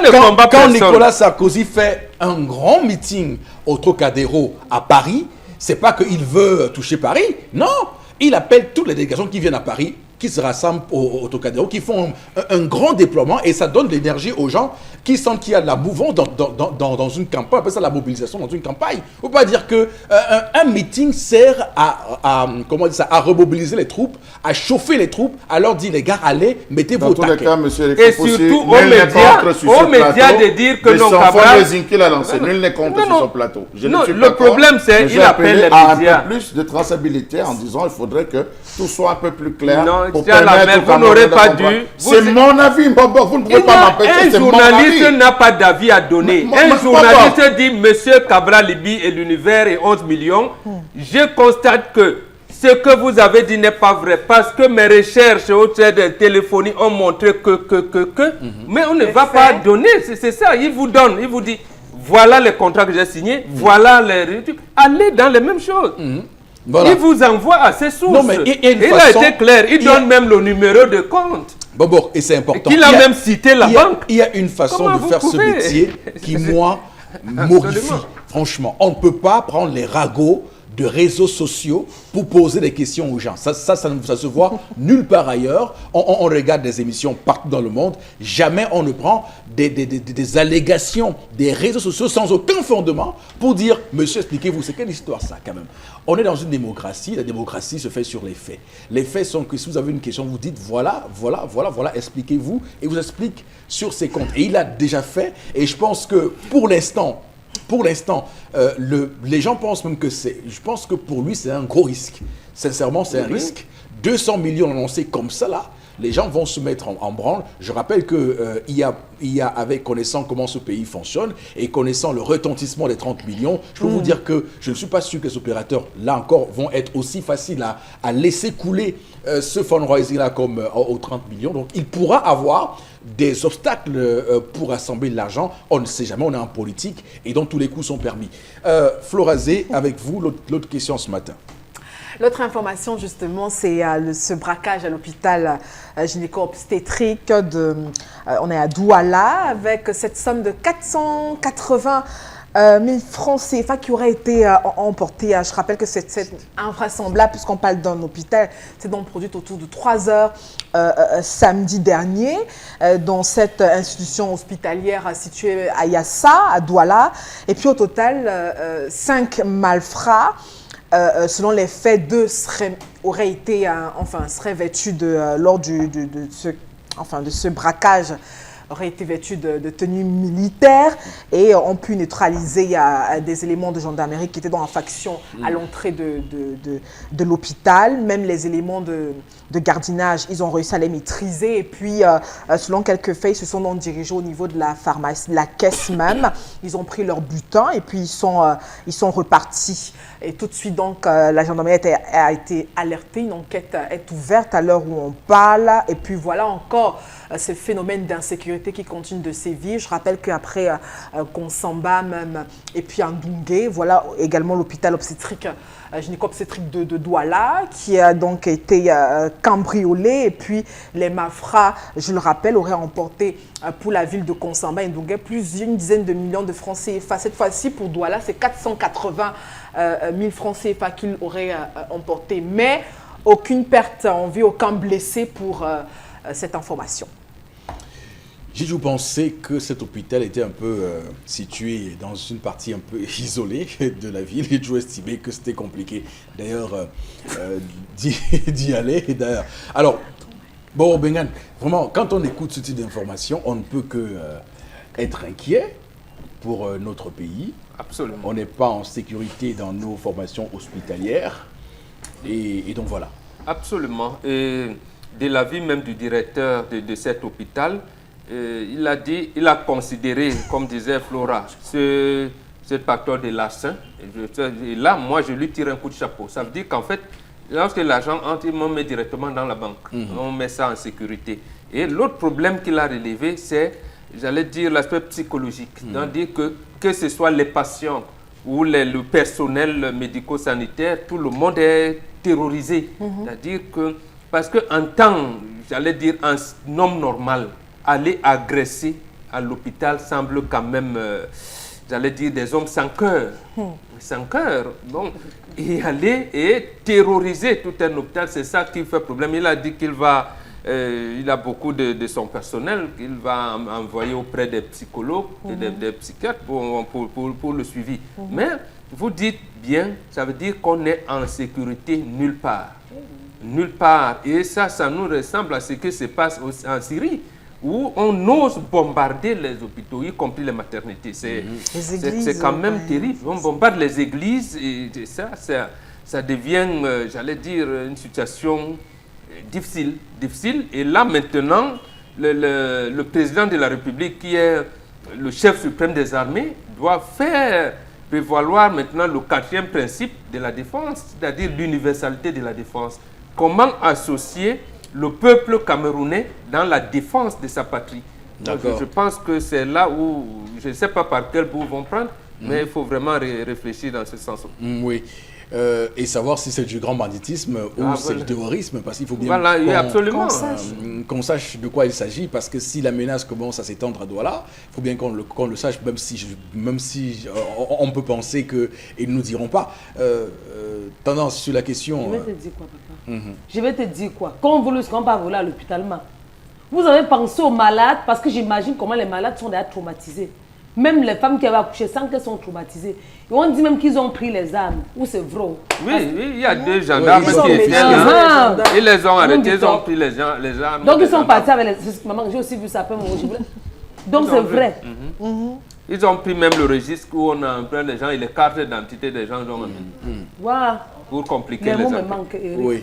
En tout cas, toujours est-il qu'on ne fera pas. Peut-être qu'on... C'est vrai que chaque fois que lorsqu'il y a une information comme ça, on ne peut que s'interroger et souvent... Au départ, je crois que c'était les blagues. Et au final, ça frise un peu l'anticonformisme et pourquoi pas une prise de position politique. Mais c'est clair que des questions peuvent être posées. Comment peut-on venir braquer dans un hôpital sans qu'il y ait intervention? Bon, vraiment, c'est des questions qu'on pourrait se poser. On a un malaise parce qu'on peut bien comprendre que c'est des questions sécuritaires et que, voilà, pour cela. Je rappelle que même lorsque vous êtes braqué chez vous, lorsque vous composez le 113, c'est compliqué que la police intervienne ipso facto. Comme il commence comme ça, Eric, je ne te coupe pas mon père. Oui. Rien que nos pharmacies de garde qui nous sauvent des vies. Ils vont comme ça, les gens vont commencer à paniquer dans les pharmacies de garde. Parce qu'ils attaquent les hôpitaux. Demain, tu vas entendre que voilà les pharmacies. Et les pharmacies aussi ne vont pas laisser leur vie en danger pour les braqueurs. Ce qu'il dit encore, merci Seigneur, parce qu'il n'y a pas eu de mort. Oui, moi, Eric, je voulais vous dire, quelles sont les voies d'accès pour arriver à cet hôpital? C'est-à-dire, imaginons qu'on est appelé, je ne sais pas moi, le génie militaire ou quoi, pour y arriver. Peut-être même la base aérienne serait arrivée. Bon, c'était compliqué. Oui, c'est compliqué. Et la route, c'est l'accès. Ça, le problème, oui. C'est ça, l'accès. La route est bien libre là-bas. Vous savez, le génie militaire, pour quitter Niala, et la route n'existe pratiquement pas. Donc, la brigade de gendarmerie qui a Yassa, il y a quelques éléments. Est-ce que les effectifs pouvaient tenir? Voilà, donc, et en plus, quand ils arrivent comme ça, on vous dit, en tenue militaire, sont combien, sont ceci, vous ne pouvez pas imaginer. Donc, et surtout, même les gendarmes qui étaient là, ils ne pouvaient pas soupçonner. C'est-à-dire, leurs collègues qui viennent pour rendre visite à leurs gens qui sont malades, vous ne pouvez pas imaginer a priori qu'on vient braquer. Voilà la lâcheté. Donc personne n'a lancé l'alerte. Lorsqu'on vous tient en respect là, ils sont dans quel pavillon, vous ne savez pas. Ils se dirigent vers où, vous ne savez pas. C'est après avoir commis le forfait que, par témoignage, on va vous dire non, c'est nous, ils étaient à tel niveau, à tel niveau. D'accord. Charles Amel. Ouais, moi je voulais appeler au système du traitement de l'information. Vous savez, on vous laisse des gendarmes là. Quels sont les moyens que les gendarmes ont de communiquer avec leur base? Est-ce qu'ils communiquent franchement? Est-ce que de l'autre côté, lorsque le cas s'est présenté, avant peut-être, est-ce qu'on les a tous neutralisés au même moment? Il faut se poser des questions. Lorsqu'on a neutralisé le premier, est-ce que l'autre avait ou c'est le talkie-walkie, est-ce qu'il avait les outils? On les a neutralisés au même moment, de l'avis du directeur. Oui, bon, si c'est au même moment, comment est-ce que des éléments en faction vont se regrouper au même moment, au même endroit? Ah non, c'est pas possible parce qu'il y a des personnes qui doivent être là, d'autres qui doivent être en train de faire de la ronde. Non, mais monsieur, je crois quand même qu'on est dans un hôpital. Peut-être que non plus. Le système. Quand un gars vient Chalamel, non, tes questions là, quelqu'un vient braquer. Vous ne pouvez pas me donner la parole, monsieur Fopoussi, et vous la récupérez à l'immédiat.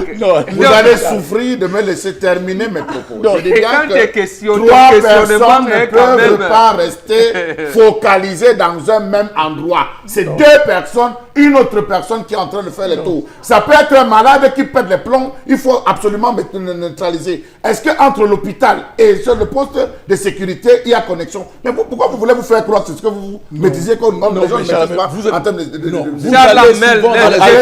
vais dire ceci. Lorsque les gens viennent braquer, ils étudient. Ils font ce que vous appelez en journalisme le repérage. Là-bas, à l'armée, on parle de mission de reconnaissance. Ils ne viennent pas braquer un hôpital comme ça, comme nous. Non. Donc, il vient peut-être, il monte, il descend et ils sont en treillis militaire. Oui. Il regarde un peu, il essaie de voir, mais les deux gendarmes sont placés comment? Quand Dans les gens viennent, qu'est-ce qu'ils ont fait? On a braqué à la cité dernièrement. L'information même, c'est qu'ils étaient en principe 3, il y a un qui n'était pas là, qui était sorti, les deux étaient au poste. Donc, Qu'ils pouvaient même être à 4, puisqu'on a braqué à la délégation générale de la sécurité nationale. On a braqué au ministère de la Défense. Ça suppose qu'ils n'ont pas respecté le principe très simplement. Non. Lorsque le cas c'est parce qu'il y a toujours un système de discussion. Mais vous ne pouvez pas me dire que parce que vous avez votre gardien, vous lui confiez votre maison, vous dormez tranquillement sans vous rassurer. À un moment donné, en tant que propriétaire, vous allez vous lever pour essayer d'être un appui. Ah oui? Vous allez être un appui, vous n'allez pas tout abandonner. C'est arrivé. Le jour où vous serez victime de braquage, vous comprendrez. Pas une seule fois, Je n'ai pas une seule fois. Et vous c'est bon. Merci. C'est arrivé, je pense. Mais j'aimerais faire quand même une précision, quand même. On imagine mal, et ça, ce serait une obstruction aux libertés. On imagine mal, désormais, de voir des gens en armes déambuler dans les hôpitaux. Il faut que ce soit vraiment dans une extrême urgence. Non, je n'ai pas dit avec des armes, comment vous pouvez... Monsieur Eric Fopoussi, vous ne pouvez pas le dire. Je n'ai pas envie de citer cet hôpital. Un hôpital qui n'est pas très loin d'ici. Vous avez 3 gendarmes qui contrôlent, mais vous avez un qui se balade, qui va s'asseoir parfois dans le hall. Il est assis dans le hall, ce n'est pas forcément avec l'arme. Il observe ce qui se passe parce que vous avez des gens à des moments, l'annonce d'une nouvelle, ils commencent à paniquer, ils commencent à poser des actes, il faut les calmer, les rassurer, les ramener dans le parc de dictature. Non, Charles, mais on ne peut pas entrer dans ce... Justement, le gendarme n'a même pas raison d'être dans un hôpital. Allez dans les voir dans les banques. Allez dans les voir dans les banques. Même là-bas. Allez les voir dans les microfinances. Allez voir comment ça se passe dans les microfinances. Mais vous racontez, écoutez, il y a une différence entre ce que vous dites sur le plateau et ce qui se passe dans la réalité. Ne vous éloignez pas de la réalité parce que nous, mais justement, qu'est-ce qui a fait que le gouvernement accepte que les lieux publics soient gardés, ou même privés? Justement, c'est par rapport à la recrudescence du grand banditisme. Et quelle instruction qu'on leur donne? C'est pas ici qu'on va le dévoiler. Moi, je ne les mets pas, j'allais dire, je ne mets pas leur système en doute. Je ne mets pas leur système en doute, mais ceux qui viennent braquer, ils suivent la même télévision. Ils ont les mêmes appareils, véhicules, tout ce que vous voulez. Et ils savent comment ça se fait. Ils ont même étudié les armes. Vous ne savez pas combien de temps ils y sont allés. Attendez, on parle quand même de braquage. Ça veut dire qu'il y a les prêts de surprise, le fait de... Et à 2h du matin, surtout. À 2h du matin, surtout. Alors, Florazé, on va terminer rapidement avec Kofi Annan. Tout à fait. On termine avec cette information en chronologie, avec le Ghanéen, vous l'avez dit, ancien secrétaire général de l'ONU, on rappelle prix Nobel de la paix, et qui est donc mort à Genève, en Suisse, donc ce week-end, samedi, après une courte maladie. Et on rappelle que cette triste nouvelle s'est donc répandue comme une traînée de poudre. Et puis c'est l'un des anciens, et puis 7e même secrétaire général de l'ONU, donc Kofi Annan, qui n'est plus, qui est donc décédé, et puis qui laisse quand même plutôt de très très bons témoignages. Eric D'accord. Merci beaucoup pour cette revue des réseaux sociaux. On va, madame, monsieur, basculer au plateau B pour retrouver Consti Lamine. Avec lui, on parlera du concept Vombio. Tout de suite maintenant. Alors, bonjour et bienvenue, Consti Lamine. Oui, bonjour Eric, bonjour nos nombreux téléspectateurs, surtout bonjour à tous les clients du concept Salaka. Vous savez très bien qu'aujourd'hui, c'est le grand jour de Consti Lamine parce qu'en cette belle journée, je souffle sur 1 an de plus. Et pour arroser bien sûr cet anniversaire, je vais offrir une opération chirurgicale des prix sans anesthésie à tous les clients qui vont commander dès à présent du côté bien sûr du magasin 1001 tapis. Oui, je dis bien uniquement pour cette journée du 20 août 2018, date de mon anniversaire. Alors, je vais offrir un cadeau à tous les clients. Et ce cadeau, c'est quoi? C'est de leur permettre de pouvoir bénéficier d'une réduction spéciale sur le Von Bio Oméga 3. Oui, je dis bien, une réduction spéciale sur le Von Bio Oméga 3. Votre complément alimentaire qui n'a pas changé de prix, c'est 5 000 pour une boîte de 30 gélules. Mais uniquement pour aujourd'hui, lundi 20 août, tous ceux qui vont commander le Von Bio Oméga 3 auront une réduction de 500 francs. Je dis bien 500 francs. Nous allons marquer 5000 sur votre reçu et les autres 500 francs seront supportés par Consti Lamine qui offre un cadeau à tous les clients du concept Salaka. C'est donc ça le cadeau anniversaire que j'offre à tous les clients qui vont commander aujourd'hui le Von Bio Oméga 3. Tout de suite, nous allons commencer par Le prix, c'est 5 000 pour une boîte de 30 gélules. Et je dis bien pour aujourd'hui, dès que vous commandez, quel que soit où vous êtes à Yaoundé, à Garoua, en Gaoundéré, non seulement on va vous retirer 500 francs, mais nous allons également supporter une partie des frais de livraison. Donc vous allez payer la livraison à moitié et le concept Salaka payera l'autre moitié. Alors pourquoi consommer le Von-Bio Oméga 3 comme ça s'affiche à l'écran? C'est un complément alimentaire pas comme les autres. Il réduit les complications du diabète, il nous prévient contre les AVC, il régule le taux de cholestérol dans le sang, il réduit naturellement la pression artérielle. Le Von-Bio Oméga 3 permet également de faciliter la guérison des inflammations. Le Von-Bio Oméga 3 permet également de rendre de plus en plus souples nos articulations. Il permet également de prévenir les maladies liées au vieillissement telles que l'Alzheimer.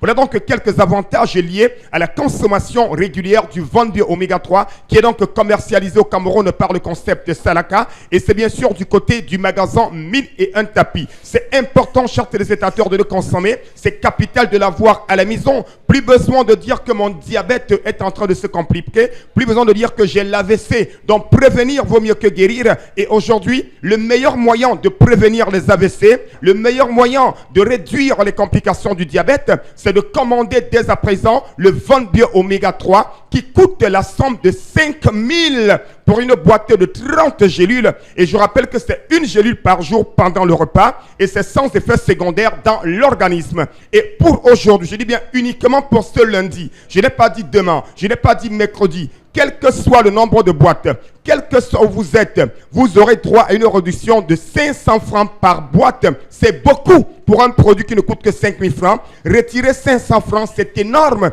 Imaginez que 200 personnes commandent aujourd'hui. Ça fait 500 francs fois 200. Je supporterai les 500 francs pour tous les clients qui vont commander l'Oméga 3 pour le compte, bien sûr, de cette belle journée commerciale. Donc, chers téléspectateurs, rendez-vous directement pendant que je suis en train de parler du côté du magasin 1001 tapis qui est situé en plein cœur d'Aqua en face du palais d'Ika. Ceux qui n'ont pas le temps de venir au magasin 1001 tapis peuvent appeler et être livrés à domicile grâce à nos différents représentants qui sont à Yaoundé, à Garoua, un peu de partout dans le Cameroun et hors du Cameroun. Vous serez livrés parce qu'aujourd'hui, l'Oméga 3 c'est important, l'Oméga 3 c'est capital. Donc, anyone today, l'anniversaire faut qu'on style amine. Il faudra ça pour Bamenda, faudra ça pour Ngel Menduka. Just commander, just no, because today I go move 500. Donc, anyone go commander Oméga 3, il go profiter 500 francs. Donc, profitez today and buy your Von-Bio Oméga 3 or come for that stuff for magasin 1001 tapis because c'est for day na bibi Salaka. Donc, merci à tous nos clients et surtout grâce à vous, le concept Salaka grandit. Grâce à vous, la confiance est là, raison pour laquelle aujourd'hui, c'est mon anniversaire, je vous offre beaucoup de cadeaux. Et n'oubliez pas, du côté du magasin 1001 tapis, nous allons partager le gâteau d'anniversaire à 17h30 pour tous les clients qui seront de ce côté-là. Merci. Je vous attends et n'oubliez pas, prévenir vaut mieux que guérir. N'oubliez pas, 500 francs de réduction pour tous les clients. Merci Consilamine. On va tout de suite prendre interpellation, madame, monsieur, pour la suite du 10-12, le Zénith.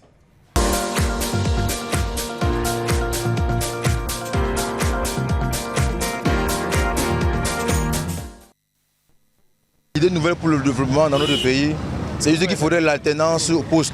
Il faudrait de telle sorte que lorsqu'on nomme quelqu'un à un poste, qu'il sache qu'il est là pour vraiment travailler.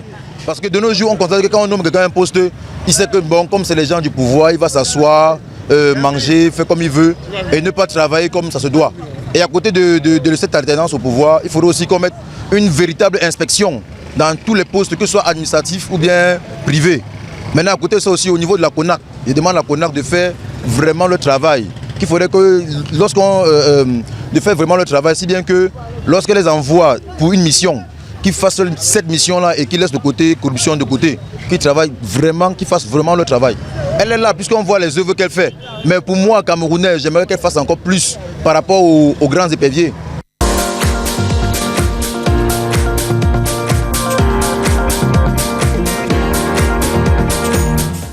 Voilà la question de l'alternance.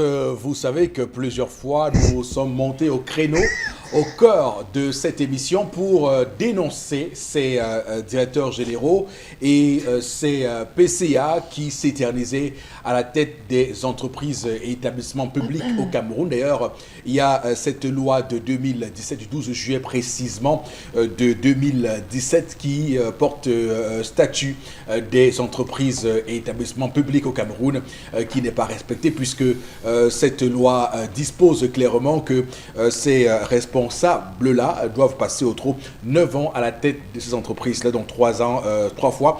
Donc, mais ce n'est pas respecté puisqu'on continue à voir des personnes qui s'éternisent. Donc, Boro Bengan, à tous les postes, du sommet de l'État à des postes, il faut du sang neuf chaque fois. Absolument, que ce soit dans les entreprises, partout. Vous entendez souvent certains employés vous parler de profil de carrière. Oui. Il a mis longtemps, par exemple, reporter, il faut bien qu'il soit chef de service ici, après rédacteur en chef adjoint, ainsi de suite, ainsi de suite. Donc, lorsqu'on alterne, ça fait partie des principes prioritaires de consolidation de la performance, de la démocratie ou même des institutions. C'est très important.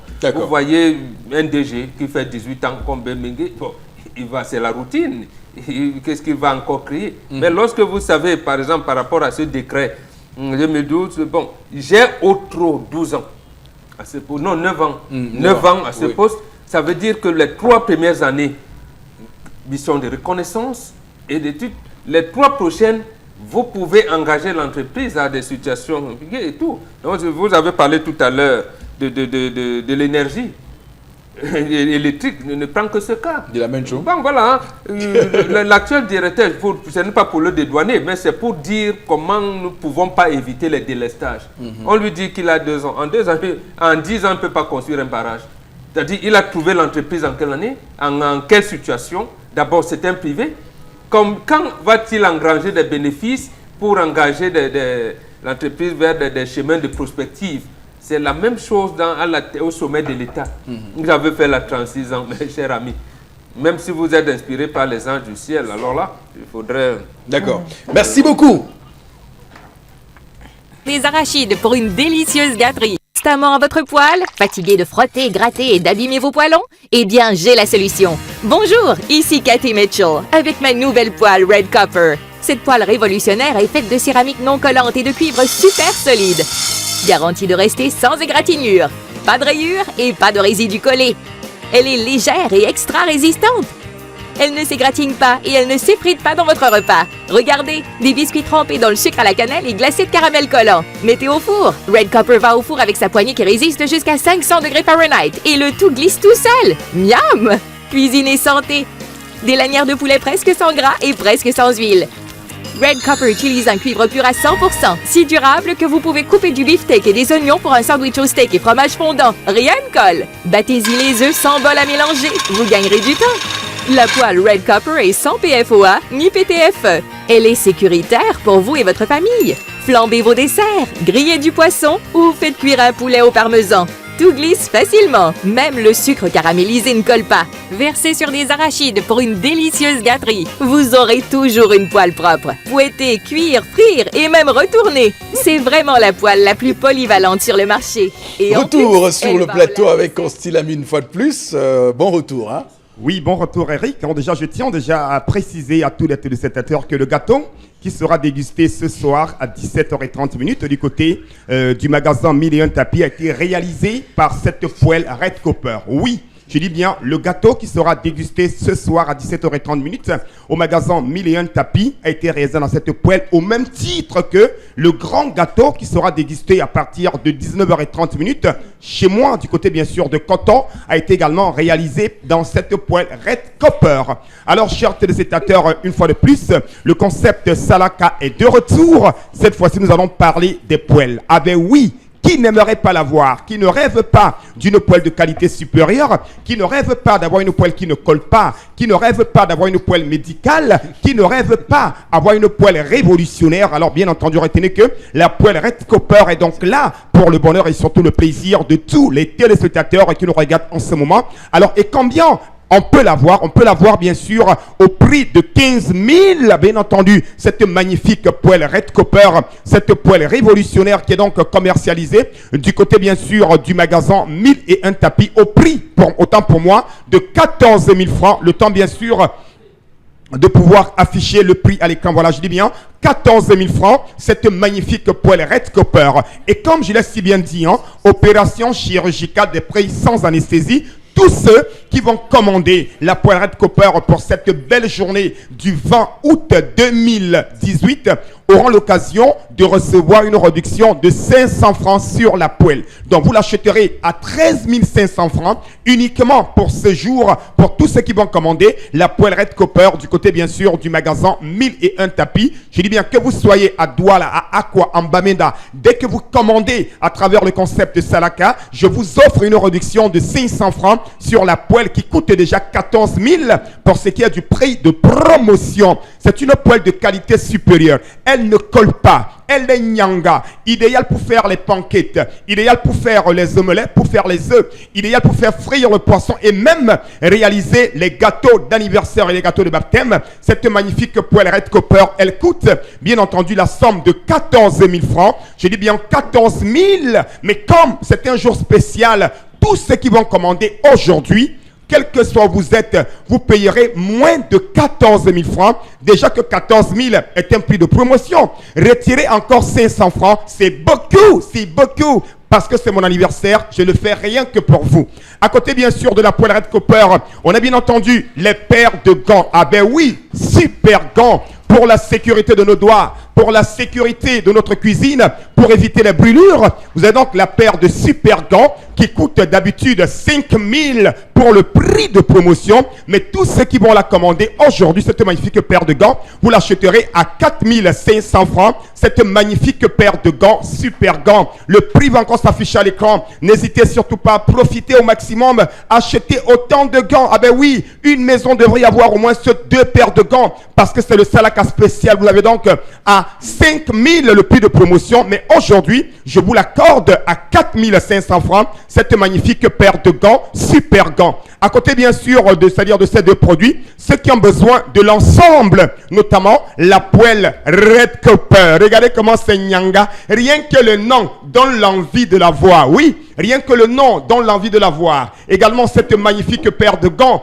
très solide pour la cuisine. Donc l'ensemble de ces deux produits, vous l'avez à 16 500 francs. Je dis bien c'est 16 500 l'ensemble de ces deux produits. Merci. Mais aujourd'hui, je vous donne moins 500 francs sur l'ensemble des deux produits. Je dis bien 16 500 francs sur l'ensemble de la poêle Red Copper et super gants à 16 500 francs. Mais aujourd'hui, je vous donne l'ensemble à 16 000 francs seulement. Profitez au maximum, commandez pendant qu'il est temps et n'oubliez pas beaucoup de cadeaux pour les premiers clients qui vont venir au magasin 1001 tapis du côté bien sûr d'Aqua. Merci Eric et surtout merci à tous les spectateurs. Je vous aime, je vous adore et à tout à l'heure. Merci beaucoup Constille Amine, madame, messieurs, merci infiniment à vous de nous rejoindre sur Equinox Télévision. On va tout de suite prendre quelques messages de téléspectateurs. Alors Florazé, on est avec vous. J'avoue que depuis 11 heures, on a mis beaucoup de sujets sur la table ce matin. Il y a tellement de réactions. Alors, j'ai pris au pif parce qu'il y a tellement de réactions. Jacques, qui dit que 200 millions ne représentent pas un problème. Les Camerounais ont encore peur du nouveau. La seule chose qui manque, c'est d'occuper les campagnes à Cabral. C'est d'occuper les campagnes. Autre réaction, celui qui te tue ne sort pas très loin, en tout cas pour l'hôpital. Cependant, les Camerounais ont besoin de plus de sécurité. C'est Adolphe qui réagit. Vraiment, ces personnes sont sans cœur aller cambrioler un hôpital. Hein. Mais je pense qu'il y a peut-être aussi une réflexion à faire pour le directeur de l'hôpital pour améliorer le système de sécurité, les voies d'évacuation, d'accès aussi, les facilités. On ne sait jamais. Pourquoi pas aussi mettre en place une forme d'alerte, un bouton qu'on appuierait comme on voit dans les banques et qui a l'intérêt tout de suite une équipe spéciale d'intervention qui serait prête à venir voilà, sortir, puisque on le dit pas, cette fois il y a quand même beaucoup de chances qu'il n'y ait pas eu de perte en vie humaine. On ne sait jamais ce qui pourrait arriver si jamais on a une autre attaque. Alors, il y a Crépin Aidea qui s'interroge, demande si, comment est-ce qu'un hôpital de référence comme celui de l'hôpital obstétrique n'est pas vidéosurveillance. Donc, voilà. On a omis il explique qu'on a omis ce problème. Bon, qui dit qu'il n'y a pas de vidéosurveillance? On ne sait pas. Non, ce qu'il explique, c'est-à-dire que on voit dans des pays développés des caméras, même qui sont, comment dire ça, qui sont, j'appelle ça comment, qui sont immergées, qui sont cachées, voilà. Donc ici, on ne sait pas qui s'il y en a sont ou aux pas. entours de l'hôpital, qui sont dans un périmètre qu'on a circonscrit de l'hôpital. Après, il y a des détecteurs thermiques.